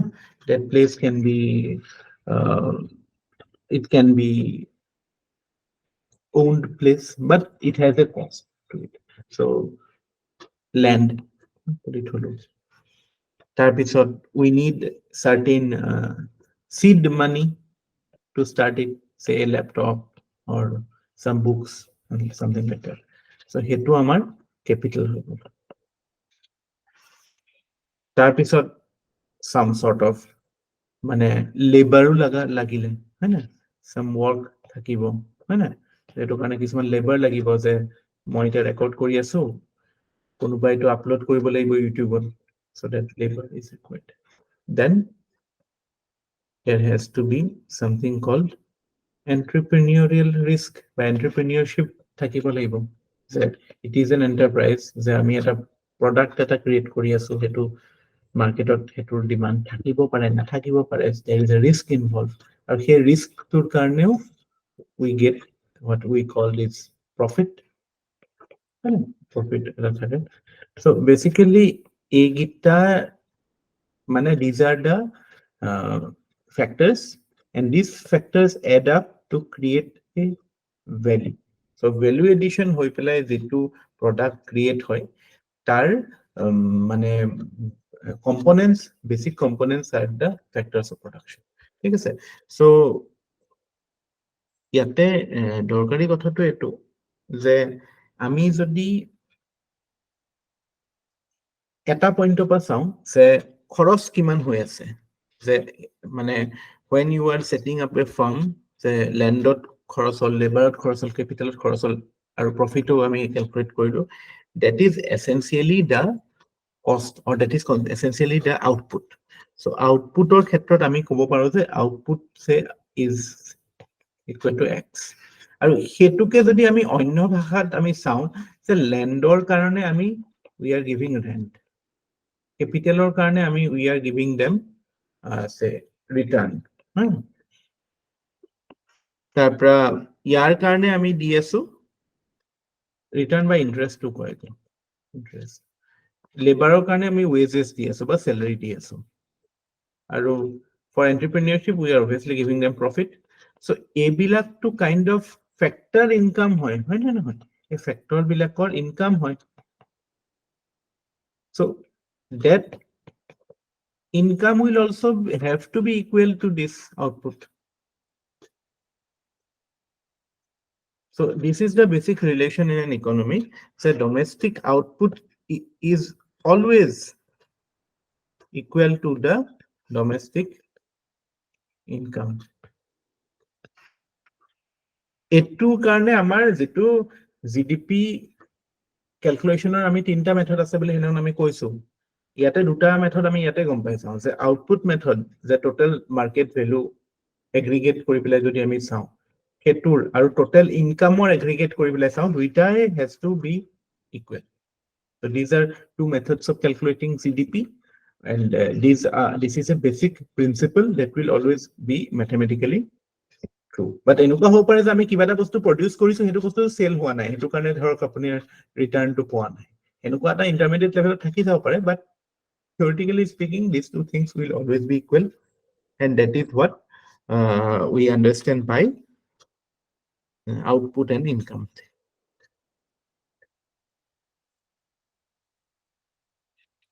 So ক'বাত যদি আপোনালোকে ডমেষ্টিক প্ৰডাক্ট বুলি পায়, বা ক'বাত নেশ্যনেল প্ৰডাক্ট বুলি পায়, ক'বাত নেশ্যনেল ইনকাম বুলি কয়, মই যে প্ৰথমতে কৈছিলো কোনোবা এটা জেগাত নেশ্যনেল ইনকামটোক আউটপুটৰ লগত ইকুৱেল কৰা কথাটো, সেইটো now can you relate that idea?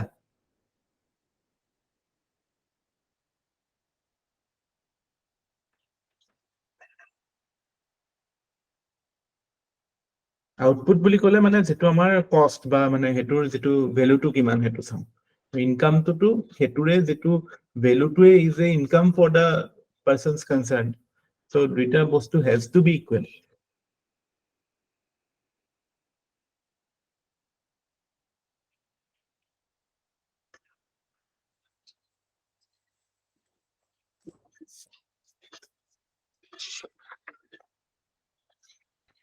Are you clear? Are you clear till now? বুজি পাই আছে? Yes, sir.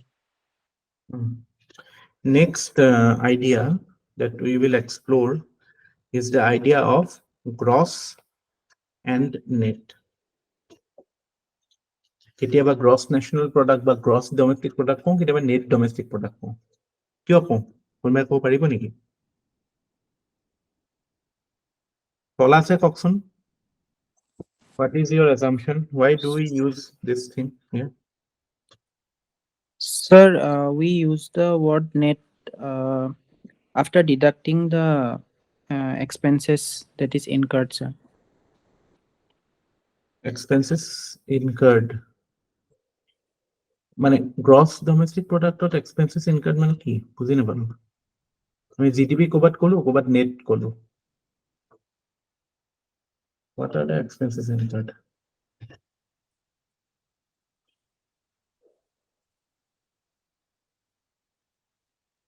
Simple কথা, আমি এটা জায়গাত আউটপুটটো মেজার কৰি আছো। যে এটা ইন্ডাষ্ট্ৰি এটা খুলিলো, যে আপোনাৰ ক্লিনিক এখনে আছে, ক্লিনিকখন খুলোতে আপোনাৰ ৰেন্ট দিলে, আপুনি হেৰি দিলে, লেবাৰ কষ্টত দিলে, ৱেজ চেলাৰী দিলে, কাৰোবাক ৰাখিছে যদি, আপোনাৰ ইনভেষ্টমেন্ট যিখিনি হ'ল, ইউটেনচিলছ বা whatever you have to buy, machinery and all, আৰু বাকী থাকিলে আপোনাৰ যিটো প্ৰফিট বা kind of your entrepreneurial investment, সেইটো মই প্ৰফিট বুলি কওঁ। এই গোটেইকেইটা এড হৈ পেলাই আউটপুট হ'ল, তাৰপৰা আপুনি কি মাইনাছ কৰিব expense?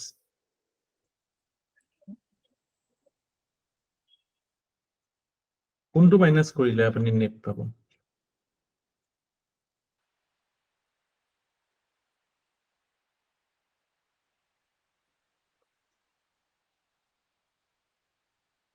Anybody? Depreciation. Yes, depreciation. আমাৰ যিখিনি মেচিনাৰী থাকে, whatever machinery we are using, it is consumed annually or it is consumed in a time bound manner. So say for example, আমাৰ insurance সেইবিলাকত দেখা পাওঁ, every year the depreciation amount is this. তাৰমানে কি? সিমানটো amount of value of that machine is consumed in that year. So আমি যেতিয়া কিবা এটা বস্তুৰ আউটপুট মেজাৰ কৰি আছো, তাতে আমি depreciation cost টো মাইনাস কৰিব লাগিব, because that next year or কাৰণে তো মেচিনৰ competency টো কমিব। Are you getting it? So the point is you have to take, whenever you take into account the depreciation cost, that means you are going for the net concept. Economic net or gross or difference to depreciation or ক্ষেত্ৰত আহে।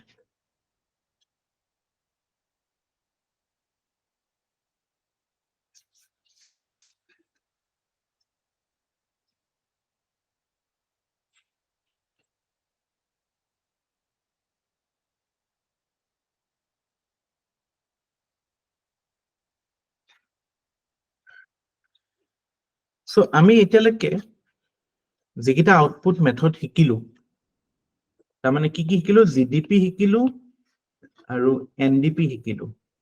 বুজিটো পাইছোৱে, জিডিপিৰ পৰা যেতিয়া ডেপ্ৰিচিয়েশ্যনটো আঁতৰাই দিম। সিমিলাৰলি আমি GNP শিকিলো, NNP শিকিলো। এতিয়া আমাৰ একচুৱেলি যদি আমি পুৰা টেকনিক্যাল পইণ্ট অফ ভিউৰ পৰা যাওঁ, technically speaking, the best measure for national income is which one? এইকেইটাৰ ভিতৰত আপোনালোকৰ মতে?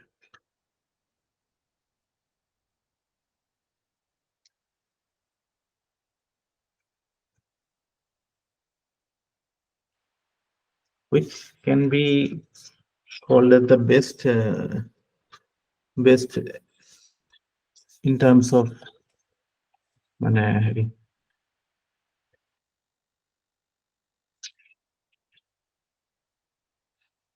national income বুলি যেতিয়া কওঁ, এইকেইটাৰ ভিতৰত ideally NNP factor cost টো আছে। factor cost বা market price কি হয় সেইটোলৈ আহিম মই। NNP among this technically আমি এইটো best বুলি কওঁ, কিন্তু in reality we use this concept. কিন্তু একদম থিওৰিটিক্যালি যদি কেতিয়াবা আহে আপোনাক যে এনেকে নেশ্যনেল ইনকাম বুলি ক'লে কোনটো হ'ব? What do we understand by national income? A, B, C আৰু D যদি আহে সদায় go for NNP. Because net মানে depreciation to account কৰিছে আৰু national income যেতিয়া কৈছে you were talking about the nationals of the country. So এইটো হিচাপত মানে NNP. But সেই problems বিলাকটো কৈছোৱে external data থাকে remittance থাকে সেইটোৱেটো আমাৰ general মানে local output একো হেৰি নকৰে. Output of an economy, how can you link it with something happening outside your economy? So these are the problems. Anyway, এতিয়া আমি next concept লৈ যাওঁ. এইটো বুজি পালে নহয় এইখিনিলৈকে ঠিকে আছে? Are you clear? Okay.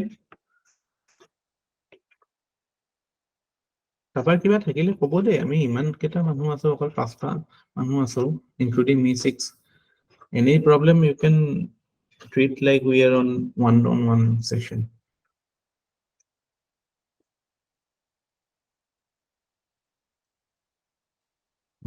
Price.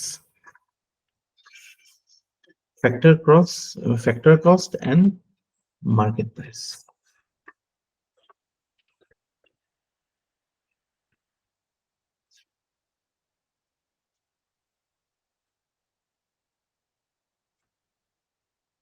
So when we are talking about the output or monetary value of any goods, we can actually essentially view it from two perspectives.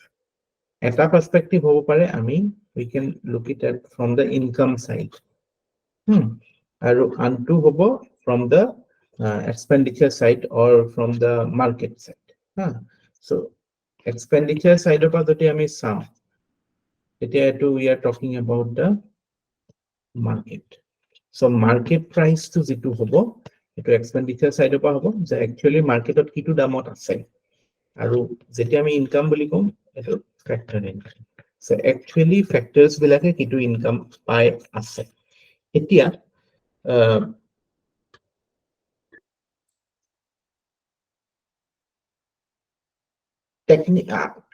মানে যদি আমি মানে purely from the terms of মানে economic logic ot sam, these two should be equal.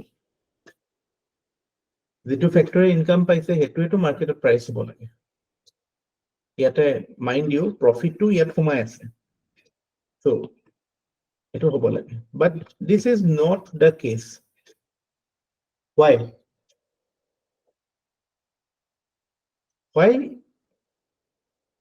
when it is so theoretically obvious that these two things should be equal? Because factor income also incorporates the profit of the entrepreneur. So essentially this should be this, but why is there a distortion?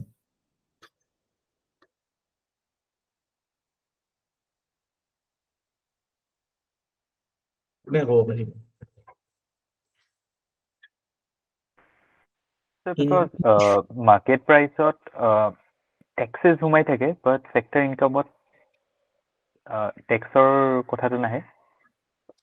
Correct.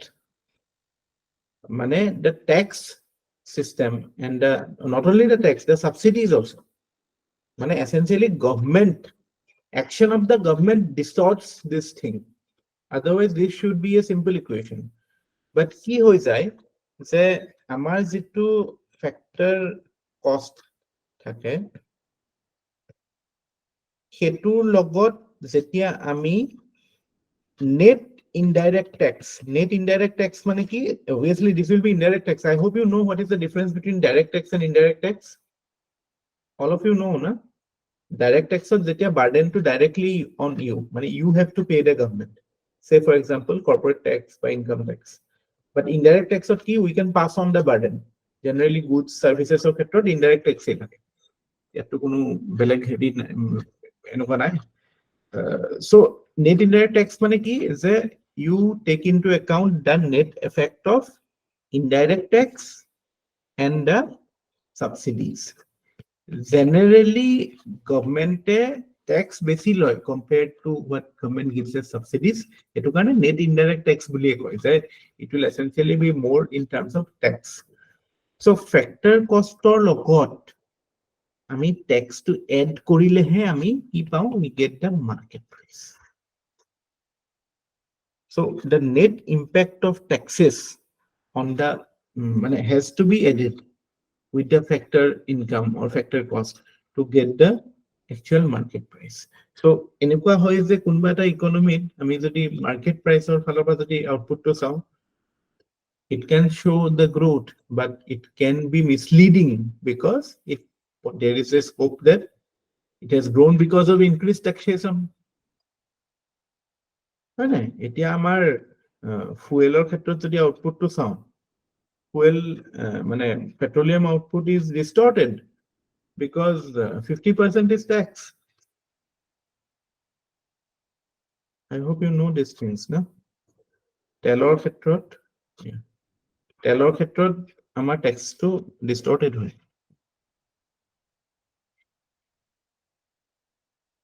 So when we are talking about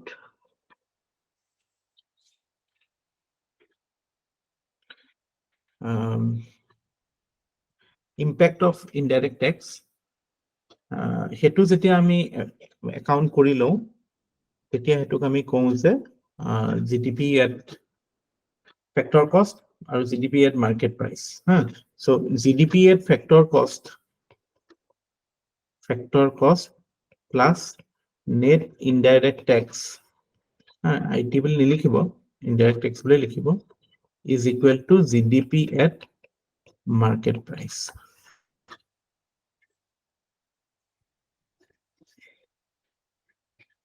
Factor cost or market price or difference বুজি পাইছে ন? The link is the tax burden.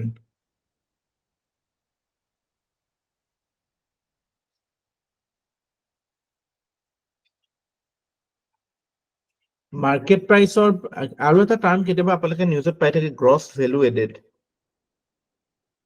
Have you heard this term, gross value added?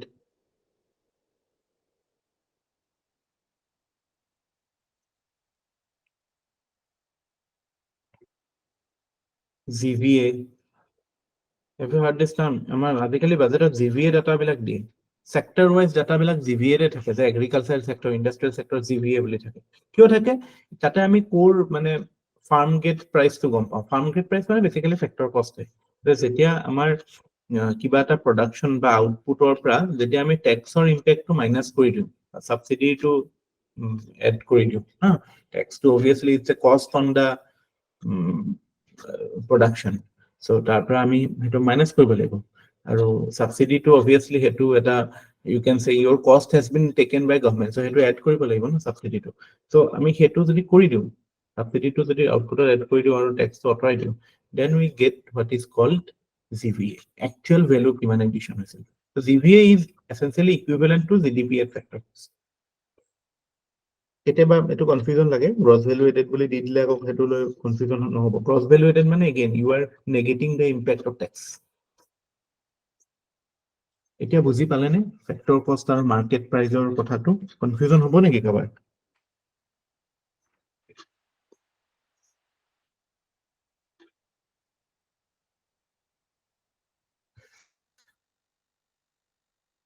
Are you clear? Yes. Yes, sir. Yes, sir. So Yes, sir. আমি এতিয়া প্ৰথম যেটো ডিস্টৰশন পালো আউটপুটত, প্ৰথম ডিস্টৰশন is done by the government, second distortion is done by কোনোবাই কৈছিলে এটা কথা অলপ আগতে, inflation. Inflation is another distortion on the output. So say for example again, মানে production যদি একেই আছে, just মানে because of other reasons the cost has increased, so that doesn't mean that our economy productivity বাঢ়িছে, no, মানে হেৰিটোহে বাঢ়িছে, inflation হে বাঢ়িছে।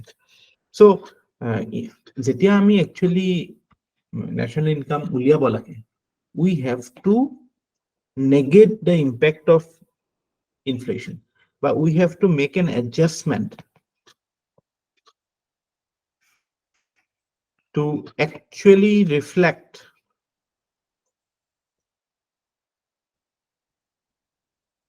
the increased বা decreased production of goods and services. How do we do it? We have a statistical tool. That tool is called GDP deflator. It is a technical tool. Purpose to GDP general economy to inflation hetu negate kora আৰু তাৰ পিছত আমি যেটো পাও হেতু কয় real GDP বা real growth. Growth to actually যেটা growth বুলি কম, it essentially means real. আৰু যেতিয়া আমাৰ ইনফ্লেশনৰ লগত এডজাস্ট নকৰো হেতু কি কয় nominal GDP. When we have adjusted the effect of inflation, that is called real GDP. When we have not done it, it is called nominal GDP. How do we convert nominal GDP to real GDP? Through the mechanism of GDP deflator. What is GDP deflator? GDP deflator is a statistical tool to adjust the numbers accordingly. আৰু ইয়াতে আমাৰ you also get the idea of constant prices and current prices. Actually, how they do it is কোনোবা এটা particular year base year হিচাপে লৈ হেতু yearৰ লগত price বিলাক compare কৰে যে আজিৰ পৰা আমাৰ এতিয়া ধৰক GDP কাৰণে base year আমাৰ 2011-12. So 11-12 যদি 1 কেজি আপেলৰ দাম, say for example 1 কেজি আপেলৰ দাম যদি 120 টকা আছে, এতিয়া 1 কেজি আপেলৰ দাম suppose 200 টকা হয়। So এতিয়া আমাৰ GDP calculate কৰোতে এটো 200 টকা নহয় 120 টকা হয়। Because this is an inflated figure. আৰু এই 2011-12 টো এনেকে চাই যে মানে সেই বছৰটো normal year without any unnatural event তেনেকুৱা টাইপ এটা হোৱা year, কাৰণ পিছলে drought south হৈছিল, inflation বহুত বাঢ়ি গৈছিল, তেনেকুৱা এটা year base year হিচাপে লৈ লাভ নাই। So এনেকুৱা লগত compare কৰি পেলাই আমি এটা base year-ত আহিম আৰু হেতু কাৰণে এটোৰ বেসিছত যদি GDP টো চাও তেতিয়াহলে তো বহুত বেছি দেখাব naturally, but আমি যেতিয়া এটা মানে standard year-ৰ লগত compare কৰিম, base year এটা লগত compare কৰিম, মানে constant prices-ত যেতিয়া compare কৰিম তেতিয়াহে আমাৰ actually productivity বাঢ়িছে নাই গম পাম ন। যদি আমাৰ আপেলত আমাৰ GDP output যদি 220 টকা 240 টকা আছে, তাৰমানে আমি 2 কেজি আপেল produce কৰি আছো, তেতিয়াহে আমি গম পাম যে there is growth. Otherwise আমাৰ যদি আমি ভাবো যে 240 টকা হৈছে but actually production to hardly 1.2 kilo. So গম পাইছে ন essential purpose to কি আমি যে এইবিলাক পঢ়ি আছো, উদ্দেশ্যটো এটো যে actually economy to grow হৈছে নে নাই, output বাঢ়িছে নে নাই হেতু বুজিবলৈ যিবিলাক distortions থাকে এইবিলাক আঁতৰাব। So সেইবিলাক one of the distortion is the government taxes. What is the mechanism we use? We use the mechanism of gross value added or GDP at factor cost. And second is inflation, and there we have used the idea of GDP deflator. It's a simple concept. I hope you are clear.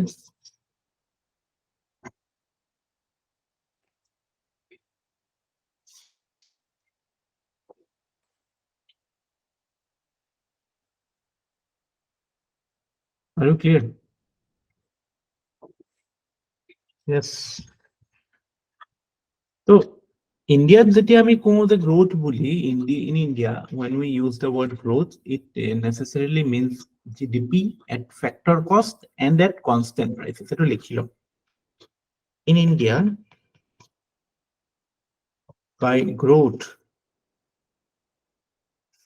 we mean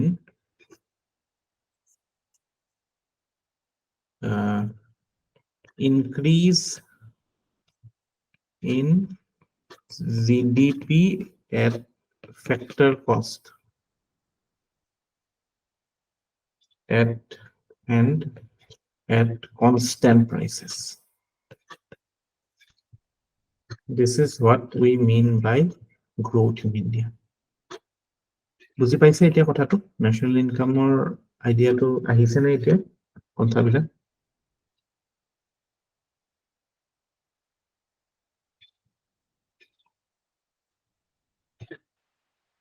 Yes. এতিয়া আৰু এটা কথা আমি এইখিনিতে শিকি লওঁ যে we have learned the fact that we can measure national income through 3 methods. The first method is the output method.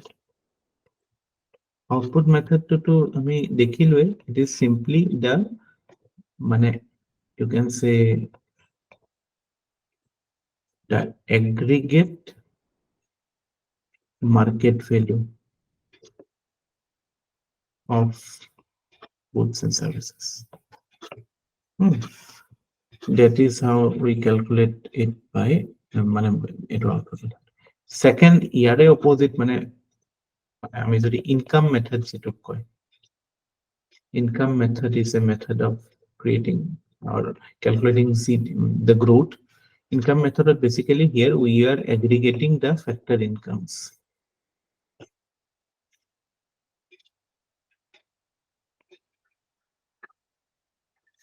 And thirdly, it is the expenditure method. Expenditure method to কেনেকুৱা হয় যে ইয়াত যদি আমাৰ total expenditure y বুলি ধৰো, তেতিয়াহলে এটো এটা ফৰ্মুলা আছে CIGXM. XM তো ব্ৰেকেটত লিখে। কি হয় যে কোনে কিমান খৰচ কৰি আছে সেইটোৱেটো আলটিমেটলি আমাৰ কাবাৰ কাৰণে ইনকাম হৈছে ন। সো ইয়াতে C মানে হৈছে এটো, it is the private expenditure on consumption বা consumer goods of যিমান expenditure কৰি আছে as a private individual হয়, private you can say entity হ'ব। তাৰপিছত next I টো হৈছে investment, কিমান ইনভেষ্টমেন্ট হৈ আছে সেইটো এটা খৰচ ইকোনমি এটা। তাৰপিছত যিটো হৈছে গভৰ্নমেন্ট এক্সপেন্ডিচাৰ, গভৰ্নমেন্টে কিমান মানে এক্সপেন্স কৰি আছে, খৰচ কৰি আছে বিভিন্ন স্কিমছ হওক বা গভৰ্নমেন্টৰ হেৰিবিলাক এক্টিভিটিজ বিলাকৰ থ্ৰু। আৰু এক্সএম মানে হৈছে it is the net exports, এক্সপোৰ্টত আমাৰ কিমান খৰচ হৈ আছে, নেট এক্সপোৰ্ট মানে বেসিক্যালি এটো নেট এক্সপোর্ট আমার নেগেটিভতে থাকে বিকজ আমার ইম্পোর্টস বেশি হয়। সো টোটালি আমার বস্তু ইম্পোর্ট করতে কিমান খরচ আছে, এইগিটাই এসেনশিয়ালি আমার একটা ইকোনমিত খরচ হওয়ার রাস্তা এইগিটাতে আমি খরচ কৰিব পাৰো। বজাৰৰ লিষ্টটো এটোৱে হয় ইকোনমি এটা। So either we are spending on consumption, private consumption, or we are spending on investment, or we are spending as a government, or we are spending on imports. এইগিটা এড কৰি দিলেও আমি যেটো ভ্যালু পাও, that will be the total output of the economy, or that will be the income of the economy, or that will be the GDP of the economy. So these are the 3 methods of calculating GDP, যেটো আপোনালোকৰ directly পৰীক্ষাত হয়তো just name নমেনক্লেচাৰ wise আহি যাব পাৰে বা আন্ডাৰষ্টেণ্ডিং two দৰকাৰী, technical ই নাহে। মাইক্ৰো ইকোনমিক্সতো এইবিলাক মেক্ৰোটো লাগে, মেক্ৰোৰ বস্তু এইবিলাক টেকনিক্যাল ডিটেইলছ আছে এইবিলাকত, ইকোনোমেট্ৰিক্স সেট্ৰিক্স এইবিলাক ইউজ হৈ পেলাই ওলাই, বাট ইমানখিনি আন্ডাৰষ্টেণ্ডিং হলে হৈ যায়। The 3 methods of calculating GDP. একেলগে ঠিকে আছে। আউটপুট মেথডটো দেখাই দিব নেকি?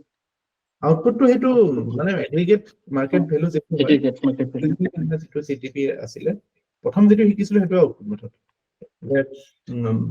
কিবা এটা ইন্ডাস্ট্ৰি এটা সেটআপ কৰিছো যি হেৰি হৈ আছে, ভ্যালু আছে যিবিলাকত যিমান ভ্যালু আছে, এই ভ্যালুখিনি আমি মার্কেটেড গুডস বিলাকৰ ভ্যালুখিনি আমি এগ্ৰিগেট কৰিছো। Whatever we are producing, we try to calculate an aggregate sum.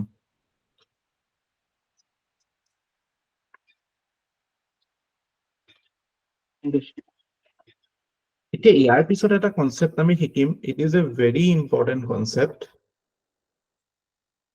এটো একচুয়ালি ইউপিএসসি আহিছে, এপিএসসি আহা নাই। আই এম এক্সপেক্টিং ইট মে কাম this year. Potential GDP, have you heard this term before?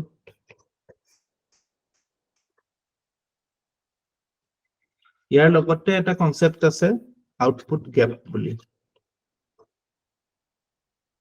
এই concept দুটা শুনিছে নেকি পটেনশিয়াল জিডিপি কনসেপ্টটো শুনিছে নেকি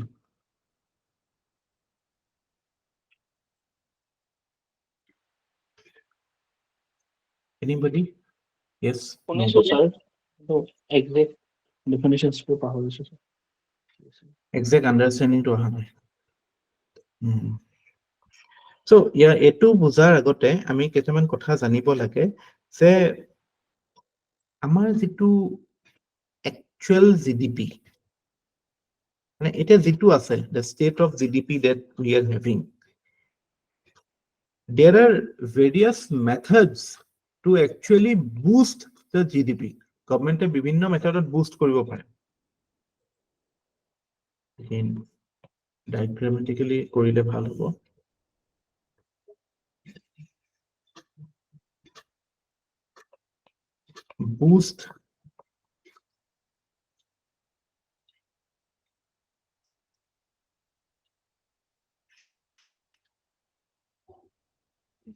boost GDP কেনেকৈ GDP boost কৰিব পাৰি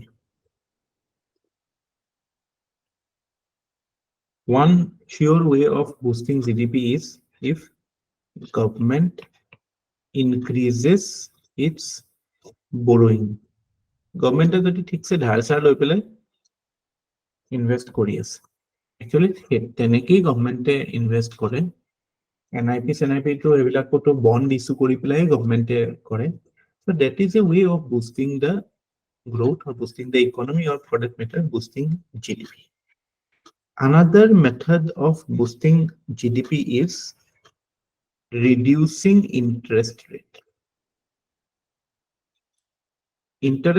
reduce করা মানে কি RBI basically monetary policy কাম হ'ব এটো যে the rate মানে the cost of credit to কমি যাব cost of credit will go down মানে আমাৰ লোন লবলৈ সহজ হ'ব rate of interest কমি যাব if you reduce the interest rate so there will be more money in the market more money means more potential to invest and more investment means more productivity means more growth so এইবিলাক কৰিলে essentially your investment বাহিব consumption বাহিব but এইবিলাক কাম কৰোতে there are certain risks involved কেনেকুৱা type risk হ'ব পাৰে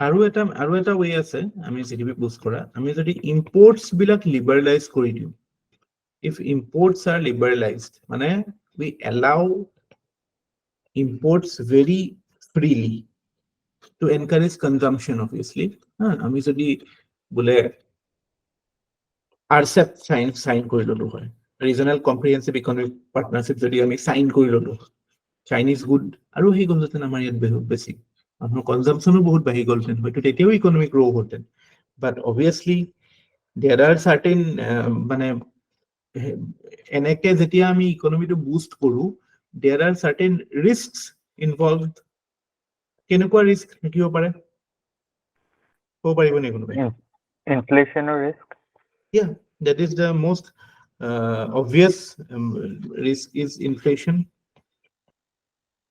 আৰু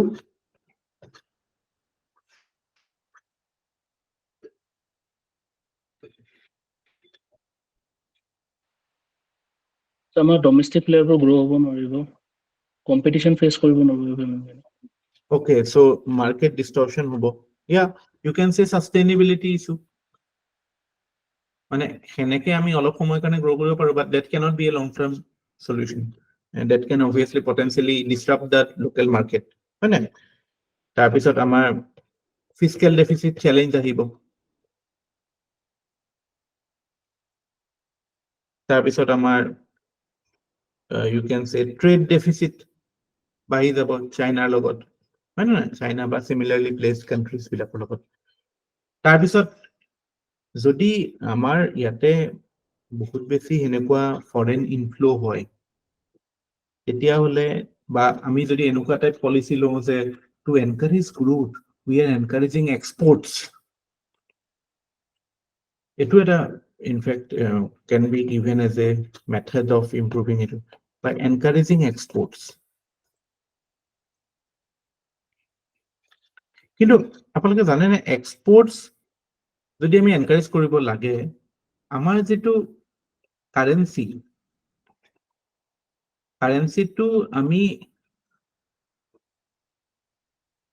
ডিভেলুয়েট কৰিব লাগিব বা ডিভেলুয়েট হলে আমাৰ কাৰণে ভাল হ'ব না নাই এপ্ৰিচিয়েট হৈ থাকিলে ভাল হ'ব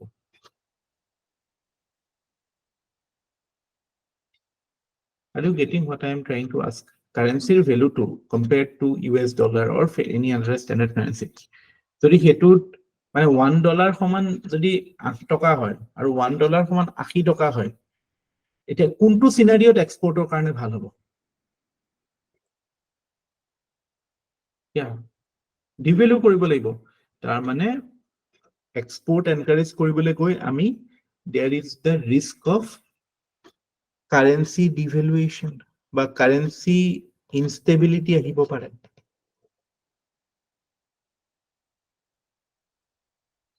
next আকৌ হেতুৰ ইম্প্যাক্ট আকৌ উল্টা হৈ যাব ইম্পোৰ্টৰ কাৰণে ইম্পোৰ্ট কৰিবলৈ হলে বা আমাৰ কাৰণে আইডিয়াল সিচুৱেশন কি ইম্পোৰ্টৰ ক্ষেত্ৰত যে কাৰেন্সিটো অলপমান ষ্ট্ৰং হৈ থাকক তেতিয়া আমাৰ ইম্পোৰ্টৰ কষ্টটো কমি যায় এটো ইকোনমিক্স এটোটো বেসিক আইডিয়াটো বুজি পায় ন যদি $1 is equal to say 80 rupees that is good for exports but bad for imports এই বস্তুটো বুজি পাইছে না এটো কিয় হয়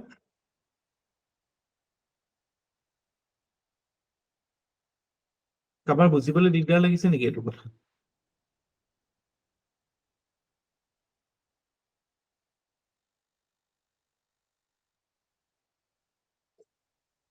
বুজি পাইছে এটো কথা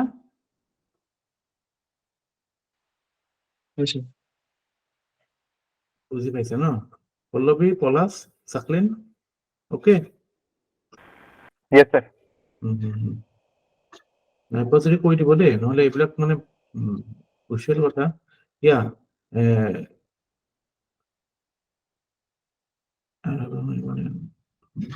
এইটো কথাটো এনেকুৱা যে আমি কিবা এটা বস্তু সাপোজ $1 বেচিছত যিমান আমাৰ ইয়াত বেছি ভ্যালু হৈ থাকে আমি হিমান বেছি পইচা পাম ন বাহিৰত বেচিলে হা কিন্তু যদি ভ্যালুটো এটো 80 টকা নহয় যদি বলে 8 টকা হলেতেন এতিয়া আমি যদি বস্তুটো ইম্পোর্ট কৰিব লাগিলে হয় আমি 8 টকাতে বস্তুটো পালো হয় $1 সমান 8 টকা হলে so that is a similar relationship mathematically বস্তুটো বুজি পালে বুজি পাই যায় ইমান একো কমপ্লেক্স হেই কথাটো নহয় কিন্তু বস্তুটো আমি ইয়াত বুজিব লগা কথাটো এটো যে জিডিপি আমি বুস্ট কৰিবলৈ যদি যাও এনেকে কিছুমান এনেকুৱা ৰিস্ক থাকে হা inflationary risk trade deficit risk current account ডেফিসিটৰ রিস্ক থাকে কারেন্ট অ্যাকাউন্ট ডেফিসিট আমি পঢ়িছিলো মনত আছে না কারেন্ট অ্যাকাউন্ট ক্যাপিটাল অ্যাকাউন্ট তো কারেন্ট অ্যাকাউন্টত যেতিয়া আমি ডেফিসিটত থাকো মানে যেতিয়া আমাৰ ইম্পোৰ্টস বেছি হৈ থাকে তেতিয়া আমাৰ কাৰেন্ট অ্যাকাউন্ট ডেফিসিট হৈ থাকে সো এবিলাক হেতু এটা ৰিস্ক হয় আমি যদি বেছি ইম্পোৰ্ট লিবাৰালাইজ কৰি দিছো for boosting growth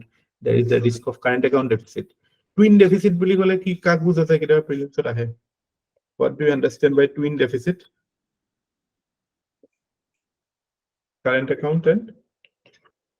account deficit and fiscal deficit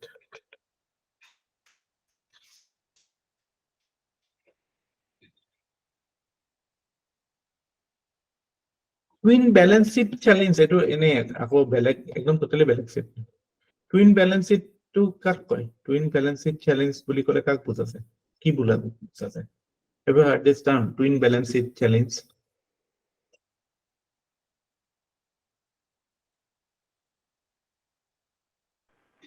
Sir, exporter importer balance to no ekdom nohon twin balance sheet challenge to npr ক্ষেত্ৰত নিউজত আছিলে তাৰ মানে যেতিয়া nps বিলাক বাহে তেতিয়া balance sheet মানে কি গম পায় নাই do you know what is the meaning of the term balance sheet it is the account of any company the company এটা কি থাকে basically asset থাকে আৰু liability থাকে bank এটাৰ balance sheetত বেংকৰ যেটো লোন দিয়ে মানুহক হেতু asset হয় নে liability হয় হা Plus, when a bank loans a person, is it an asset or a liability? Sir, asset for the person, asset.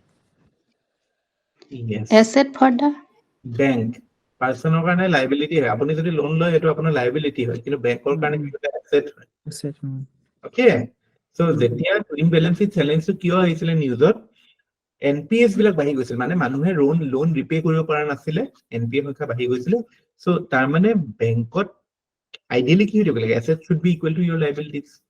কিন্তু যিহেতু এছেট বিলাক মানে হেৰি হৈ থকা নাছিলে, ৰিটাৰ্ণ ইল্ড কৰা নাছিলে, সো লাইবিলিটি হৈ গৈছিল, লাইবিলিটি বিলাক বেছি বাঢ়ি গৈছিলে, এছেট বিলাক কমি গৈছিলে। তো এনেকুৱা হলে কি হয়, it creates a challenge to your balance sheet. Similarly এই একে ইকুৱেশ্যনটো কোম্পানী এটাৰ যোনে লোন লৈছে বেংকৰ পৰা, তাৰ বেলেন্স শ্বীটত সেনেকুৱাই হ'ব যে তাৰ যিটো কাইণ্ড অফ লাইবিলিটি আছে, লাইবিলিটি বাঢ়ি যাব যেতিয়া লোনৰ সেইটো ৰিপে কৰিব নোৱাৰিব। So in a way there is a distortion of balance sheet of both the company as well as the bank. সেইটো কাৰণে এইটো টুইন বেলেন্স শ্বীট চেলেঞ্জ বুলি কয়। সো পৰীক্ষাত এনেকৈ সুধিব পাৰে যে the term twin balance sheet was in news. What is it related to? That দি দিব non-performing assets, inflation, fiscal deficit. তেতিয়া আপুনি কি লিখিব লাগিব, non-performing assets. ঠিক আছে? I hope now you are familiar. ইয়াৰ পিছত আকৌ আৰু এটা আহিছিলে, 4 বেলেন্স শ্বীট চেলেঞ্জ। এইটো আমাৰ ইকনমিক সাৰ্ভেতে আহিছিলে, 4 বেলেন্স শ্বীট চেলেঞ্জ। ইকনমিক সাৰ্ভেখন বৰ ধুনীয়া ডকুমেন্ট হয়, গোটেই ষ্টেট অফ ইকনমিৰ বস্তুখিনি পঢ়িব লাগে, বহুত পাই। এবাৰতো পাব্লিছে হোৱা নাই, ভালেই, থেংক গড। আপোনালোক মানে হেৰিটো নাই, টুইন বেলেন্স শ্বীটটো এইটো যে when the balance sheet of the bank is compromised or is distorted because the asset and liability mismatch হৈ যায়, because bank যেটো asset বুলি ভাবি আছে লোনটো, সেইটো লোনটো যদি ৰিপেমেন্ট নহয় তেতিয়াতো it no longer is an asset for the bank না। so বেংকৰ বেলেন্স শ্বীটটো নিমিলে, বেলেন্স শ্বীট মিলিবলৈ হলে your asset should be equal to your liabilities না। সেকেন্ডলি কোম্পানীৰ কাৰণেও সেইটো হয়, যোনে যিটো কোম্পানী সেই লোনটো লৈছিল বা যোনে লোনটো লৈছিল, সেই লোন লোৱা কোম্পানীটোৰ বেলেন্স শ্বীটতো সেইটো গণ্ডগোল হ'ব যে এছেট যিটো লোন লৈছিল সেইটো লাইবিলিটি আছিলে, সেই লাইবিলিটি যেতিয়া ৰিপে কৰিব পৰা নাই তেতিয়া লাইবিলিটিটো বাঢ়িয়ে যাব, কাৰণ হয়তো ইন্টাৰেষ্ট আৰু বাঢ়ি যাব। So in a way the balance sheet of both the loan taker and loan giver is compromised. Loan taker to কোন হয়, company. Loan giver to কোন হয়, bank. So balance sheet of bank and the company is distorted or compromised, and that was termed by the economic survey as twin balance sheet challenge. And basically we are referring to the challenge of NPS, or NPA মানে non-performing asset. Non-performing asset মানে কি, যিবিলাক loan মানে servicing হোৱা নাই, যিবিলাক loan হয়। এটা বুজি পাইছে? Yes, sir. আৰু এই বস্তুটোৱে when you extend it to NBFCs, মানে এইটোৰ লগতে NBFCও আহি গৈছিল, NBFCৰ বেলেন্স শ্বীট বিলাকো গণ্ডগোল হৈ গৈছিল। আপোনালোকে শুনিছিলে না ILNFS স্কেম এটা যে হৈছিলে, বহুত বেছি মানে NBFCs আৰু হাউচিং সেক্টৰৰ এইবিলাক আছিল। সো NBFCs বিলাক আৰু ৰিয়েল এষ্টেট সেক্টৰৰ বেলেন্স শ্বীটটো যদি আমি এইটোত এড কৰি দিওঁ, সেইবিলাকো এফেক্টেড আছিল, because they were mainly these were the sectors were exposed to bad loans. যাৰ bad loans বেছিকে আছিলে। সো 4 বেলেন্স শ্বীট চেলেঞ্জ বুলি কয় পিছত। ঠিক আছে, আমি পৰা টুইন ডেফিচিটৰ পৰা বেলেন্স শ্বীটলৈ গুচি গলো, বাট এইটা নেসেসাৰি কনসেপ্ট হয়, আমাৰ মেক্ৰো ইকনমিৰ কিছুমান চ্যালেঞ্জেস হয়। এতিয়া মোটামুটি NPA problem we are able to manage it better, it is coming down. আমাৰ এতিয়া ইনসলভেন্সি এণ্ড বেংক্ৰাপসি কোড আছে, হা, ডেট ৰিকভাৰি ট্ৰাইব্যুনেলছ আছে, আমি এই প্ৰথম দিনা পঢ়িছিলো নহয় ইভলিউশনত। তো এইবিলাকে এই চ্যালেঞ্জেস বিলাক টেকেল কৰাত সহায় কৰে। বাট এইবিলাক মানে কেতিয়া প্ৰিলিমছত এইবিলাক বহুত সুধিলে, ইউপিএসসিটো বহুত সুধিলে এইবিলাক কথা। ডাইৰেক্ট সুধিছিল what do you mean by twin balance sheet challenge বৰ ভাল লাগে এইবিলাক কোৱেশ্চন দেখিলে এতিয়া জানা যায় তেতিয়াতো একো নাই ন ইজিলি সলভ কৰিব পাৰি So we were talking about potential GDP and while discussing potential আমি এতিয়া potential GDP কি হয় এটলা আহা নাই আমি এতিয়া আগতে কৈছো যে actual GDP যদি আমি বুস্ট কৰিব লাগে আমি কেনেকুৱা কিছুমান মেথডস লব পাৰো তাতে আমি কৈছিলো যে গভৰ্নমেন্টে বৰোইং বহাব পাৰে গভৰ্নমেন্টে আউটপুট কি এক্সপোৰ্ট বহাব পাৰে ইম্পোৰ্ট এনকাৰেজ কৰিব পাৰে গভৰ্নমেন্টে আৰু এনেকুৱা কিছুমান ইনিচিয়েটিভ লব পাৰে হা local level production কাৰণে but এইবিলাকৰ ৰিস্কো আছে কিছুমান inflation as rightly pointed out inflationary risk আছে sustainability কথা আছে হা মার্কেট ডিস্টৰশনৰ কথা আছে ডেফিসিটস বিলাক বাঢ়ি যোৱাৰ কথা আছে সো তাৰ মানে কি যে আমি ব্লাইন্ডলি এটা গ্ৰোথ পাথত গলে নহব we have to take into account that the growth should be non-inflationary or inflation হলেও এটা particular bandৰ ভাজত থাকিব যেটো RBI কৈছে কিমানৰ ভাজত থাকিব 2 আৰু 6 ৰ ভিতৰত থাকিব লাগে and secondly the growth has to be sustainable so z2 level of output বা z2 level of growth এটা national economy inflation level আৰু sustainability level to এটা moderate levelত থাকে বা manageable levelত থাকে হেতু কয় সেইখন দেশৰ potential GDP I will repeat potential GDP is the level of output that an economy can produce sustainably and without inflating the economy excessively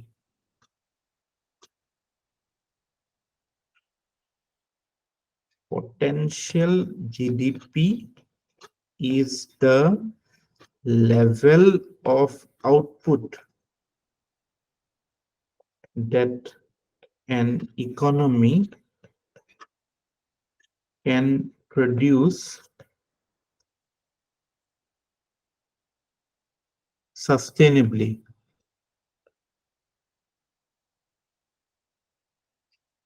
and without inflating the economy excessively.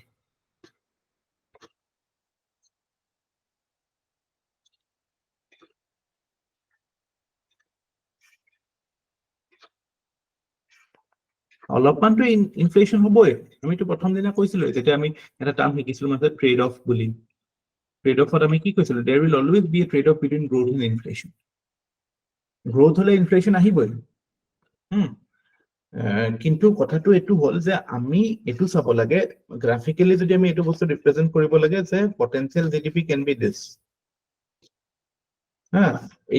it can be the measure of potential GDP so এটো লেভেলত যদি গ্রোথটো থাকে that means your growth will be at a sustainable level এটা কথা হল কি ইয়াৰ লগতে আমি যেটো কনসেপ্টটো শিকিছিলো বা এটা কনসেপ্টৰ কথা হল এখিলৈকে ঠিক আছে না বুজি পাইছে না এখিলৈকে everybody are you with me Yes, sir. ইয়াৰ লগতে আমি এটা ৰিলেটেড কনসেপ্ট শিকিছিলো মই কৈছিলো আউটপুট গ্যাপ বুলি what is output gap it means basically the difference between the actual GDP suppose it to actual GDP আৰু potential GDP ৰ মাজৰ যেটো গ্যাপ এটো কয় output gap it is a difference so যদি actual GDP to positive থাকে if positive থাকিলে এটো positive gap বুলি কয় আৰু positive থাকাটো মানে ভাল নুবুজায় positive থাকাটো ভাল কিয় নুবুজায় it means that it is inflationary মানে positive হোৱা মানে কি positive থাকা মানে it is inflationary obviously হিমানটো growth হলে তো inflation আৰু বেছি হ'ব তাৰ মানে demand will exceed the supply আৰু এটো মানে potential GDP কে বেছি আছে মানে এটো দেখায় যে there can be fiscal irresponsibility আমি যেতিয়া কওঁ যে fiscal responsibility হ'ব লাগে যদি irresponsible হৈ যায় সাবসিডি দি পেলাই কিবা কিবি দি পেলাই গভর্নমেন্টে কৰিছে এক্সেস কৰিছে fiscal access হৈছে fiscal discipline নাই বা there is মানে reduction in interest rate কৰি পেলাই we are doing it. So এইবিলাক হলে বা suppose wages are too high, মানুহৰ হাতত দৰমহা বেছি পাইছে ইমানটো পাব লাগে, that will obviously be inflationary, inflation হ'বই পইচা বেছি থাকিলে মাৰ্কেটত। আৰু এই বস্তুটো যদি আমি উল্টাকে চাওঁ যেতিয়া নেগেটিভ মানে নেগেটিভ গ্যাপ হয়, মানে উল্টাটো যে if actual GDP is lesser than potential GDP, তেতিয়া কি হ'ব, উল্টাটো হ'ব, inflation will come down, employment implicationও থাকিব, যদি এমপ্লয়মেন্টৰ ক্ষেত্ৰত এটো ইনফ্লেশনটো ডাউন হ'ব কিন্তু এমপ্লয়মেন্টটো ডাউন হ'ব। এটো পজিটিভ হৈ থকা মানে কি, there is the potential for full employment, যেটো theoretically কেতিয়াও possible নহয়, but ideally এটো হৈ যাব পাৰে হয়তো হেনেকুৱা এটা situation, because demand is very high. এটা মানে এটা ইকোনমিত যেটা ডিমান্ড বহুত বেছি থাকিব, obviously jobs will rise, but that is again sustainable level of থকাটোহে দৰকাৰী।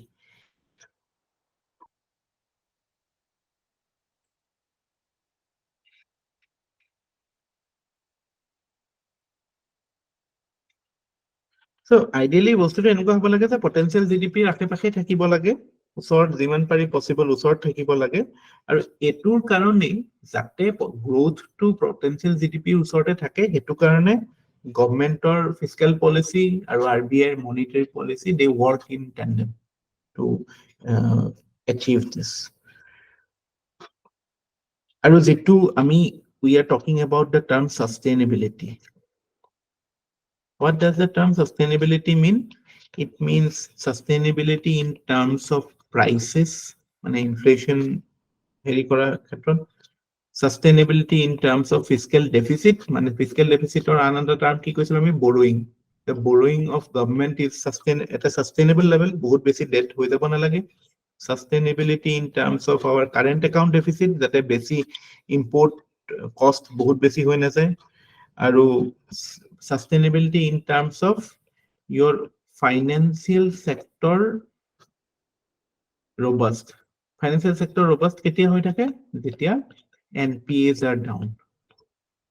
নহলে আমাৰ যেতিয়া NPAs বহুত বাঢ়ি গৈছিলে 11-12 ৰ সময়ত 13, এটো সময়ত গ্ৰোথও বহুত আছিলে, সেটো কাৰণে মানে lax lending practices, আৰু মানে they felt that this economy will keep growing, so মানে বহুত বেছি লোন লৈ লৈছিলে, that ended up becoming a cause for destabilization of the economy or unsustainability of the economy. So to growth he was not actually, you can say, potential nasil, potential ke bahut uport asil, hetu karone that resulted into NPAs and all.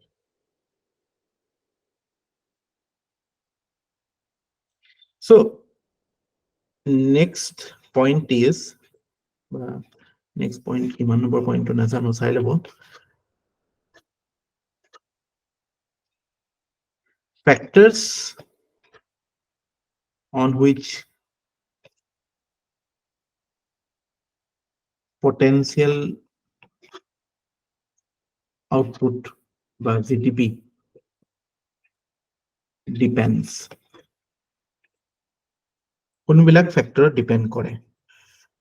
এক number vital factor আমি যদি broadly চাওঁ, কিছুমান natural factors থাকে, like সে your মানে youth population demography, বা কিছুমান ইনস্টিটিউশনাল ফ্যাক্টরসও থাকে। ইনস্টিটিউশনাল ফ্যাক্টৰসৰ ক্ষেত্ৰত লাইক আমি ক'ব পাৰো যে ইনফ্ৰাষ্ট্ৰাকচাৰ, আমাৰ এতিয়া ৰাস্তা পদূলি দলং চলং বনাই আছো, it is a Boost towards ইম্প্ৰুভিং the potential GDP of the country. এতিয়া যদি আমি কিবা কিবি দোকান সেট আপ কৰো, that will be more sustainably run না, কাৰণ cost of production কমি যাব। Secondly, your human capital, মানে the quality of your human capital, both in terms of say skills, in terms of their health indicators. So এবিলাক যেতিয়া ভাল হ'ব, naturally potential GDP will move higher. Ideally কি হ'ব লাগে, ideally potential GDP to যিমান ওপৰত হয় সিমান ভাল, কিন্তু এইখিনিৰ পৰা potential GDP গ্ৰাফটো ওপৰলৈ আনিবলৈ আমি এইবিলাক কাম কৰিব লাগিব। ইনফ্ৰাষ্ট্ৰাকচাৰ বুষ্ট কৰিব লাগিব, হিউমেন কেপিটেল বঢ়াব লাগিব, হয় না, আমাৰ যেটো labour force labor force or potential to মানে essentially human capital or লগতে related concept. Thirdly, you can say ইয়াতে আমাৰ labor productivity কথাটো আহিব হা labor productivity ইণ্ডিয়াত বহুত low হয় third important factor is technology development মই প্ৰথম ক্লাছতে কৈছিলো যে আমাৰ 91 post 91 reformsত যে আমি open up হলো economy one of the মানে two vital inflows এই সময়ত হৈছিল এটাটো capital inflow and technology inflow এই দুটা বস্তু আহিলে কাৰণে আমাৰ ইকোনমিটো ৰিভাইটেলাইজ হ'ব বহুত নেসেসাৰি হয় এটোৱে পাৰ্মানেন্টলি আমাৰ পটেনশিয়াল জিডিপি বঢ়াব idea is to improve our potential GDP upward rather than actual GDP to বহুত উপৰত থাকো so এইবিলাক ফ্যাক্টৰছত আমি ফোকাস কৰিলেহে আমাৰ growth will stay sustainable long term so এইবিলাক to কিছুমান institutional factors ইয়াৰ লগতে আমাৰ demographic dividend is also there youth population high thakato that is demographic dividend is a natural factor so if you have a good labor force that is a positive enabler of having a sustainable growth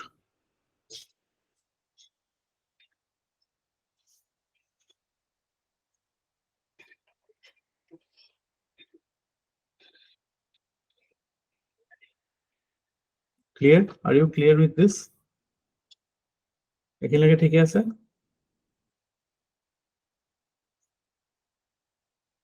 হয় sir next potential GDP হৈ গ'ল next আমি চাম কি next সৰু সৰু কেইটামান topic আছে 12 নম্বৰ বেছ ইয়াৰৰ কথাটো কৈছো মই বেছ ইয়াৰ কেলে লাগে এটাটো আমাৰ ইনফ্লেশ্যনৰ ক্ষেত্ৰত লাগিলে বা জিডিপিৰ ক্ষেত্ৰতো আমি এটা বেছ ইয়াৰ হিচাপে সেট কৰো যাতে এটো ইয়াৰৰ প্ৰাইচৰ লগত আমি কম্পেয়াৰ কৰি পেলাই আমি we can arrive at these things মানে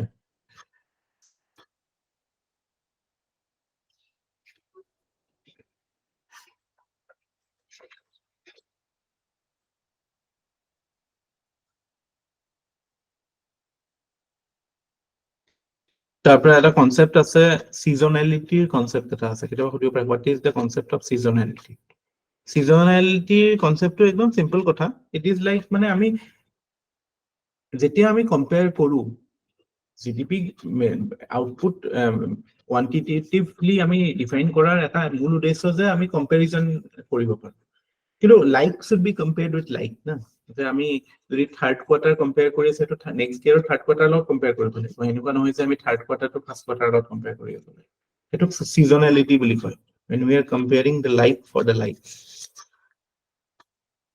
same seasons should be compared তাৰপিছত another important আমাৰ national income measure কৰা agencies কিটা কি হয় জানেনে do you know what are the agencies that measure national income in India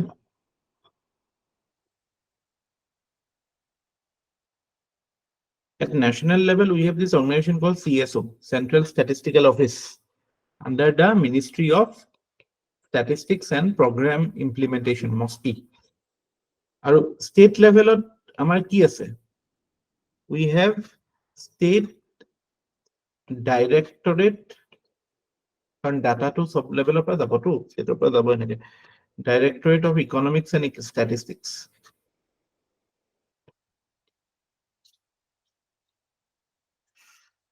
so here we try to find these things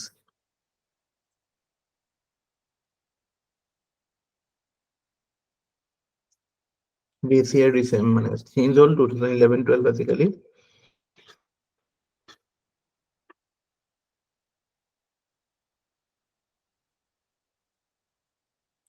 real GDP মানে কি what is real GDP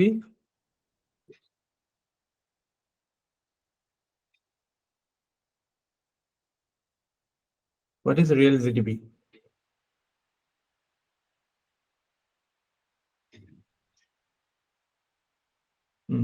মানে GDP at constant prices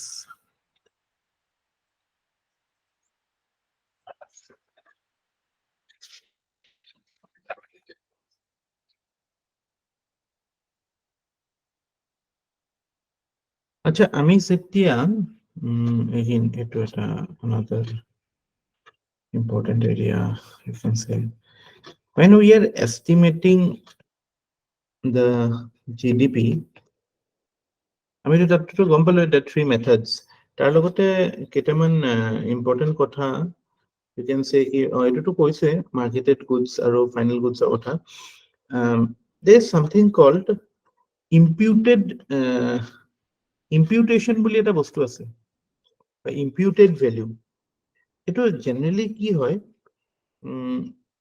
এই just প্ৰিলিমছৰ কেতিয়াবা terms বিলাক আহি যায় সেইটো কাৰণে মই দিছো ইম্পিউটেশ্যন বা ইম্পিউটেড ভেলু মানে কি হয় যেতিয়া গভৰ্ণমেণ্টৰটো পচিবল নহয় যে সব বস্তু সব ইকনমিক এক্টিভিটি মেজাৰ কৰাৰ কাৰণে সে ফৰ এক্সাম্পল হাউচ ৰেণ্টটো কেনেকে মেজাৰ কৰিব গভৰ্ণমেণ্টে নকৰে একচুৱেলি আপোনালোকে জানে আপুনি থকা ঘৰটোৰো গভৰ্ণমেণ্টে এটা এভাৰেজ কৰি পেলাই all houses are considered to be rented সেই হিচাপত মানে এটা হেৰি কৰে even self occupied owner occupied houses too মানে ৰেন্টেল ভ্যালু এটা উলিয়ায় so rental income of all houses is aggregated so সেইবিলাক imputed মানে directly attributed নহয় imputed income বুলি কয় so imputation is related to এনেকুৱা আৰু it is related to GDP calculation of this so কেতিয়াবা দিব পাৰে imputation termটো transfer payment কি হয় জানেনে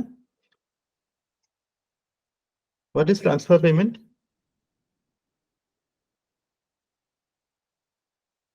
transfer payment মানে যিবিলাক পেমেন্টৰ কোনো ডাইৰেক্ট হেৰি নাই ৰিটাৰ্ণ নাই মানে it is a one way payment say for example you are getting a scholarship in college that doesn't demand some service from you that is just a mere transfer আপোনাৰ কিবা এটা welfare স্কিমত আপুনি directly বোলে basic income এটা পাইছে হেতুটো এটো demand নকৰে ন যে এটো কৰিলেহে এটো দিব এটোটো নহয় so that is a transfer payment so transfer payment bilak GDP t calculate hoy niki is it included so etuto eta expenditure hoy government or falor pa so ami ei exam method government expenditure ami etu transfer payment ta thorim niki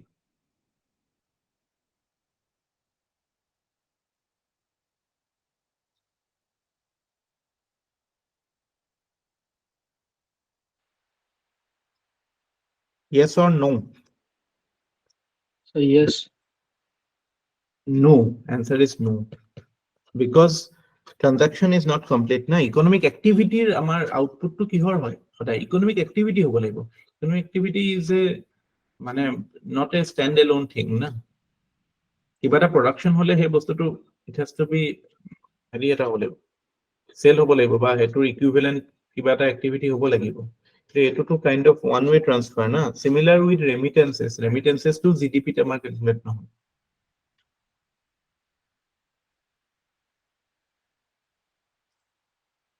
তাৰপিছত care economy again care economy কথাটো কৈছো care economy মানে কি বুজি পায় না the service that your mother is doing at your home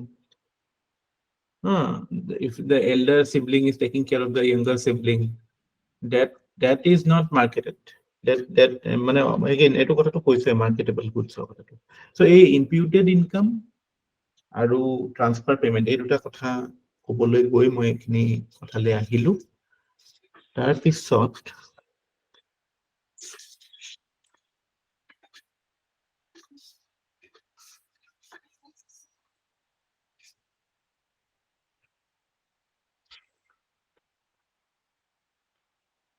তাৰ পিছত আমি আহিম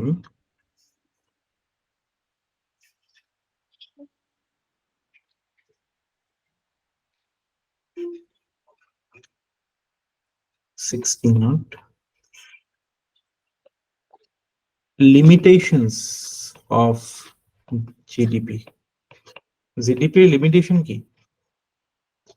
what are the limitations of GDP এটাটো আমি কেটামানটো অলৰেডি কলো যে care economy is not accounted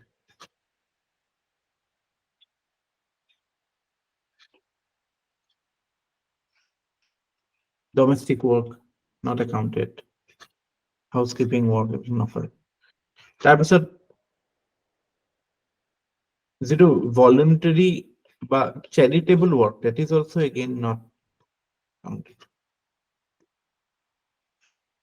যিবিলাক unpaid হয় basically সেইবিলাকৰ no way to fit.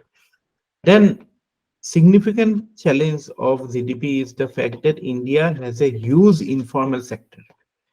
In fact, আমি যে মাঝে যে বেস ইয়াৰ টু চেঞ্জ কৰো উদ্দেশ্যটো এইটোৱে আৰু আপোনালোকে শুনিছিলে নাজানো নাই শুনা চাগে এইটো আমি প্ৰিপাৰেচন কৰি থকা সময়ত শুনিছিলো যে বেস ইয়াৰটো যেতিয়া 2000 ইয়াৰ আগতে 3-4 আছিলে তাৰ পৰা 11-12 কৰিলে তেতিয়া 2004-5 ৰ জিডিপিটো আকৌ ৰিভাইজ হৈ গৈছিল কাৰণ কিয় এই সময়ত মানে এইটো সেট কি সময়ত আন্ডাৰ এস্টিমেট কৰিছিল জিডিপিটো again the reason being 11-12 যেতিয়া আমি বেস ইয়াৰটো চেঞ্জ কৰো তাৰ লগতে কিছুমান নতুন সাৰ্ভিস বা নতুন গুডসকো আমি জিএসটি সৰি জিডিপিৰ আন্ডাৰত আমি আনো তাৰ সাৰ্কামস্টেন্সত আনো যাতে সেই এক্টিভিটিটো এজ এ ফৰ্মাল এক্টিভিটি হিচাপে গণ্য কৰা হয় কিন্তু ইন্ডিয়াৰ প্ৰবলেমটো এটো যে আমাৰ still we have a big informal sector so say for example small and marginal farmers vegetable vendors domestic help এইবিলাক বস্তু মানে অফিচিয়েল জিডিপি নোকোমাই বহুত ক্ষেত্ৰত তাৰপিছত আন এটা চ্যালেঞ্জ আমাৰ এতিয়াও বহুত rural countryside there is barter economy going on like we have this mela in Morigaon কি আছিল Morigaon যে হয় জোনবিল মেলা Bill Mela. That is not covered under that GDP cannot account the transactions happening there. That is a challenge. Aru taruporiu we have the problem of obviously the parallel economy. Parallel economy mane here it is we are talking about unreported incomes.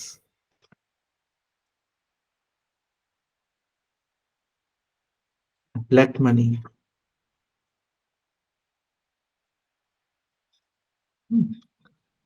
Illegal activities আহিব পাৰে unreported black money আমাৰ দুটা টাইপত generate হয় এটাটো unreported income এটাটো illegal activities both way black money is generated through both means unreported and illegal to unreported হয় obviously but unreported to illegal নহবও পাৰে and all these things create a parallel economy and this is not captured by GDP so এইবিলাক আমাৰ challenge of GDP আছে আৰু ইয়াৰ উপৰিও কিছুমান we can say there are certain qualitatively আমি যদি চাওঁ তেতিয়া হলে environment cost is not covered is it covered আমি green economics পঢ়োতে কৈছিলো green GDP কথা কৈছিলো so the idea is to cover the economic cost of economic activity but that is in reality it is not happening মানে green accounting to নহয় ন তাৰপিছত another limitation is that আমি যেটা GDP data to চাওঁ it doesn't মানে yield any data or you cannot interpret how poor a country is মানে India's poverty এতিয়া যদি আমি কওঁ India is a $5 trillion economy হেতু পা আমি গম পাব পাৰো নেকি যে কিমান মানুহ poor কিমান মানুহ এনেকুৱা per capita income আমি অকমান আইডিয়া পাই যাম GDP merely data to চালে তো আমি গম নাপাও so poverty estimation বা poverty is not revealed বা poverty is hidden that is a limitation of GDP তাৰপিছত বাকি আমাৰ যেটো ইকোনমিক ডেভেলপমেন্টৰ যিবিলাক এসপেক্ট সে GDP আছে মানে it is not necessary ki quality of healthcare quality of education will be of a high standard it doesn't indicate good quality of life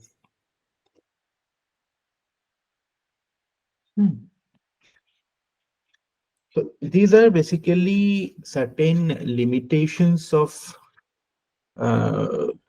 GDP but still we can say that in fact Simon Kuznets কৈছিলে যে GDP is a measure of but it is a Simon Kuznets যেটো কৈছিলে তো লিখি লব he said that GDP to Kuznets কৈছে না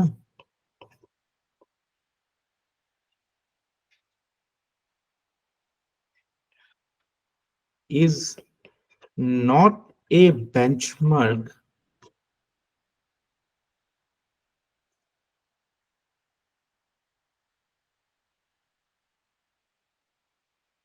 of welfare, but only a way to quantify, monetize, and compare economics. Etute actual scope to ki gom pai jao je CTP আহাৰ আগতে মানে again Great Depression সময়ৰ কথা কৈছো তাৰ আগতে এনেকুৱা একো নাছিল যাতে আমি actually economic to quantitative terms and quantitative terms is important, data is important, that is how you take evidence based decisions. So monetizing the activity, comparing economic activities, এইবিলাকৰ কাৰণে GDP টো নাই। এটো কাৰণে এটো নবুজায় যে GDP আমি 5 trillion হৈ গলো মানে আমাৰ বহুত মানে welfare, we are a welfare state, but people of India are doing quite well. That is not an indication. Okay. In fact, it is misleading. I mean, to America, even dhani desh boli je ko, America is the largest economy. That is misleading because there are many poor people in USA. I mean, the condition of poor people, in fact, America is one of the most unequal countries in the world. So, ebilak hoy. But again, we have to carry something. And from this, what is the bottom line that must be emphasized is that growth is a necessary precondition for welfare. So, আমি জানো growth মানে welfare নহয়, but growth হলেহে welfare হব. First of all, we need to increase the cake. We have to enlarge the pie. Then only we can talk about welfare and solving the problems of socio-economic justice and all those things.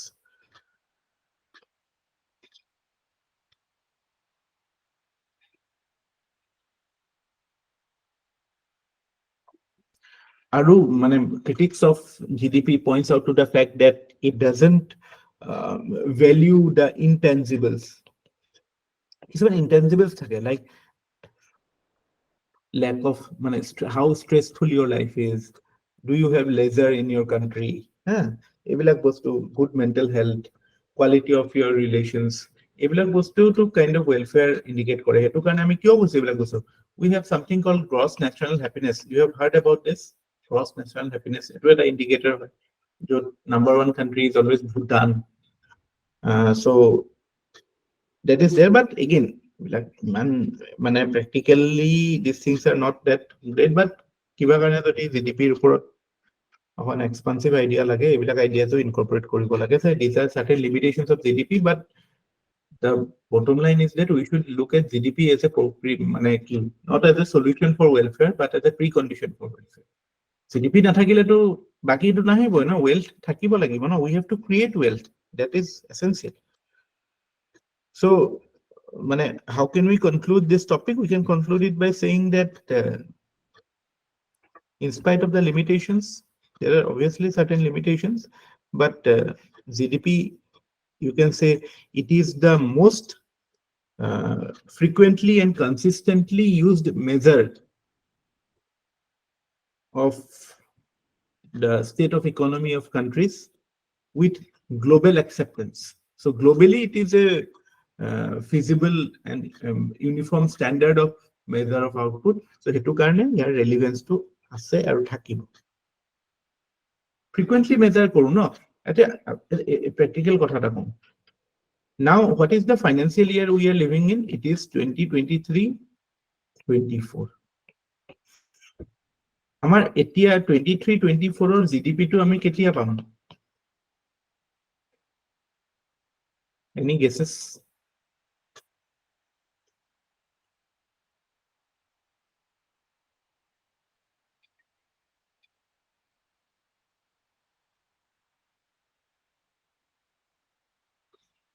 কেতিয়া পাম জানেনে?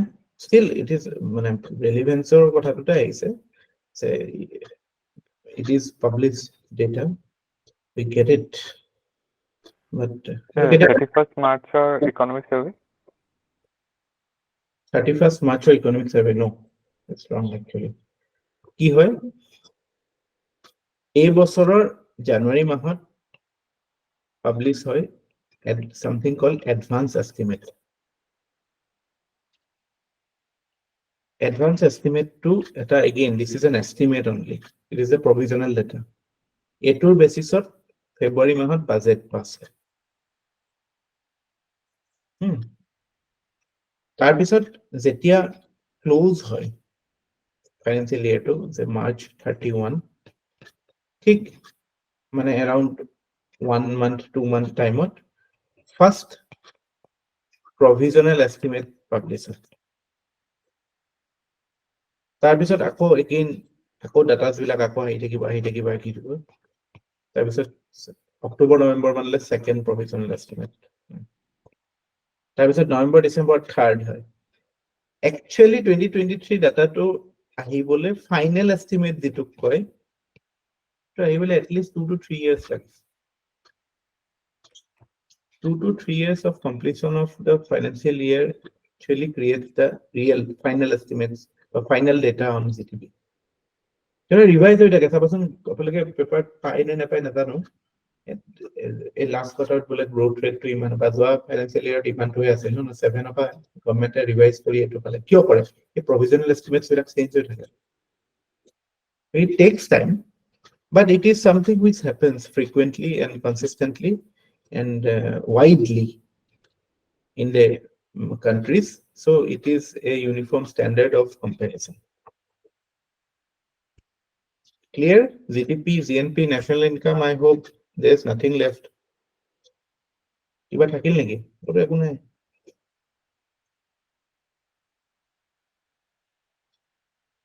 All aspects has been covered. There shouldn't be anything left.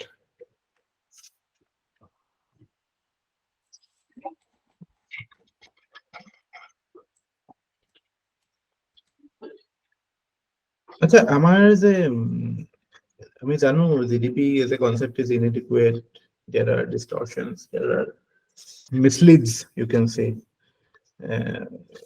Say for example যুদ্ধ হৈ আছে ইউক্ৰেইনত যুদ্ধ হৈ আছে কাৰণে it can lead to increase in GDP of Ukraine, considering that if you consider that weapons industry এটো growth হ'ব বা say for example ক'বাত মানে হেৰি হ'ব কিবা এটা ভূমিকম্প হ'ল এটো কাৰণে আকৌ ডেভেলপমেন্ট হ'ল সো হেবিলাকটো মানে again এইবিলাক ডিস্টৰ্টিং হয় ক'বাত ক্ৰাইম ৰেট বাঢ়ি গ'ল হেতু that can also actually in a way increase GDP because investment in security, investment in technology can be more if crime rate is more.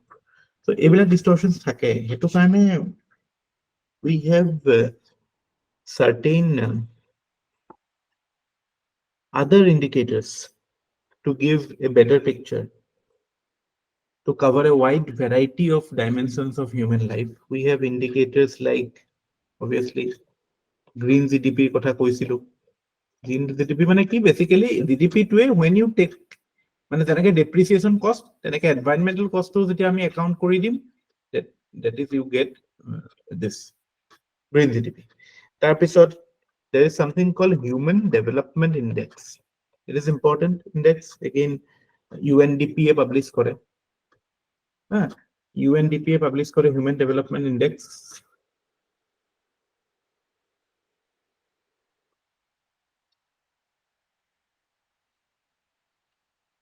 So human development index again তিনটা indicator basically life expectancy, expected years of schooling or per capita income এইকেইটা compare করে। Again you can compare countries welfare and everything. Per capita income মতো আছে যেতিয়া তাত মানে you can say GDP element এটাও আছে। So এনেকুৱা কিবা happiness index কথাটো ক'লো gross national happiness কোনে coin কৰিছিল? Do you know who coined the term gross national happiness? Bhutanor former king Wangchuk Jigme Singh Yangchuk neki Wangchuk এনেকুৱা নাম আছে।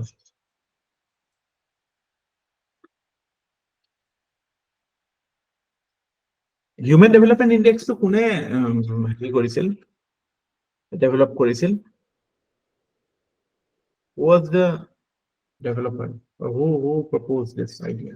Human Development Index, 1990.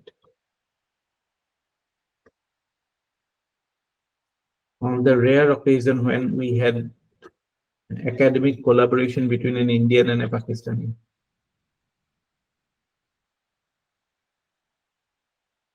What was his name? Mahbub ul Haq.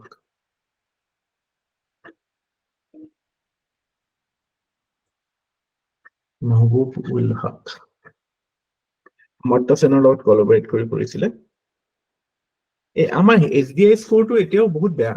এইবিলাক ইণ্ডিকেটৰটো আমি একচেপ্টে নকৰো ন। বহুত বেয়া। আমাৰ 190 কান্ট্ৰিজৰ ভিতৰত I think 2021-22 আমাৰ 132 ৰেংক আছিলে। And 2020 যিটো HDI ৰিপৰ্ট আছিল তাতে এটা ইন্টাৰেষ্টিং এটা বস্তু এড হৈছিলে। আগতেতো ইনইকুৱেলিটি এডজাষ্টেড HDI উলিয়াই, ইনইকুৱেলিটি মানে একাউণ্ট কৰি পেলাই HDI উলিয়াই।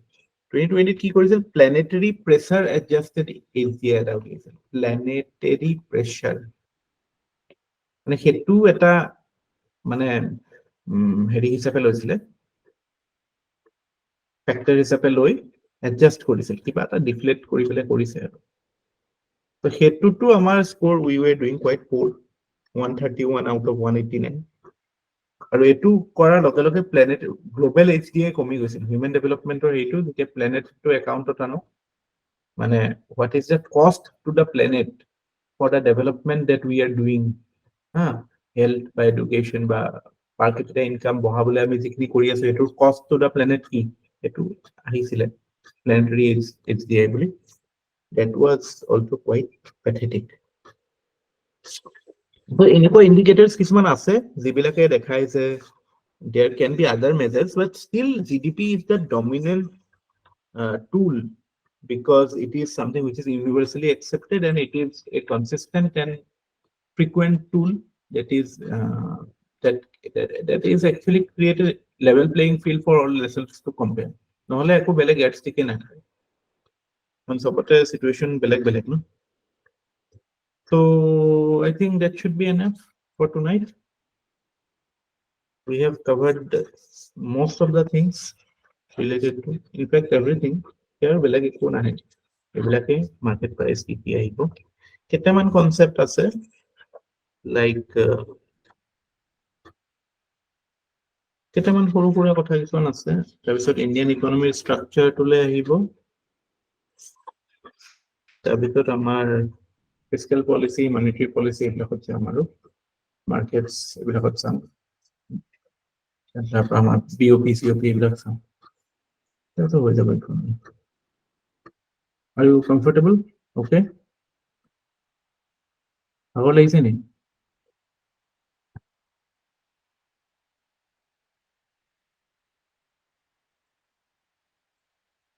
কাম হ'ব লাগে, মানে পঢ়া কমপ্লিট হ'ব লাগে।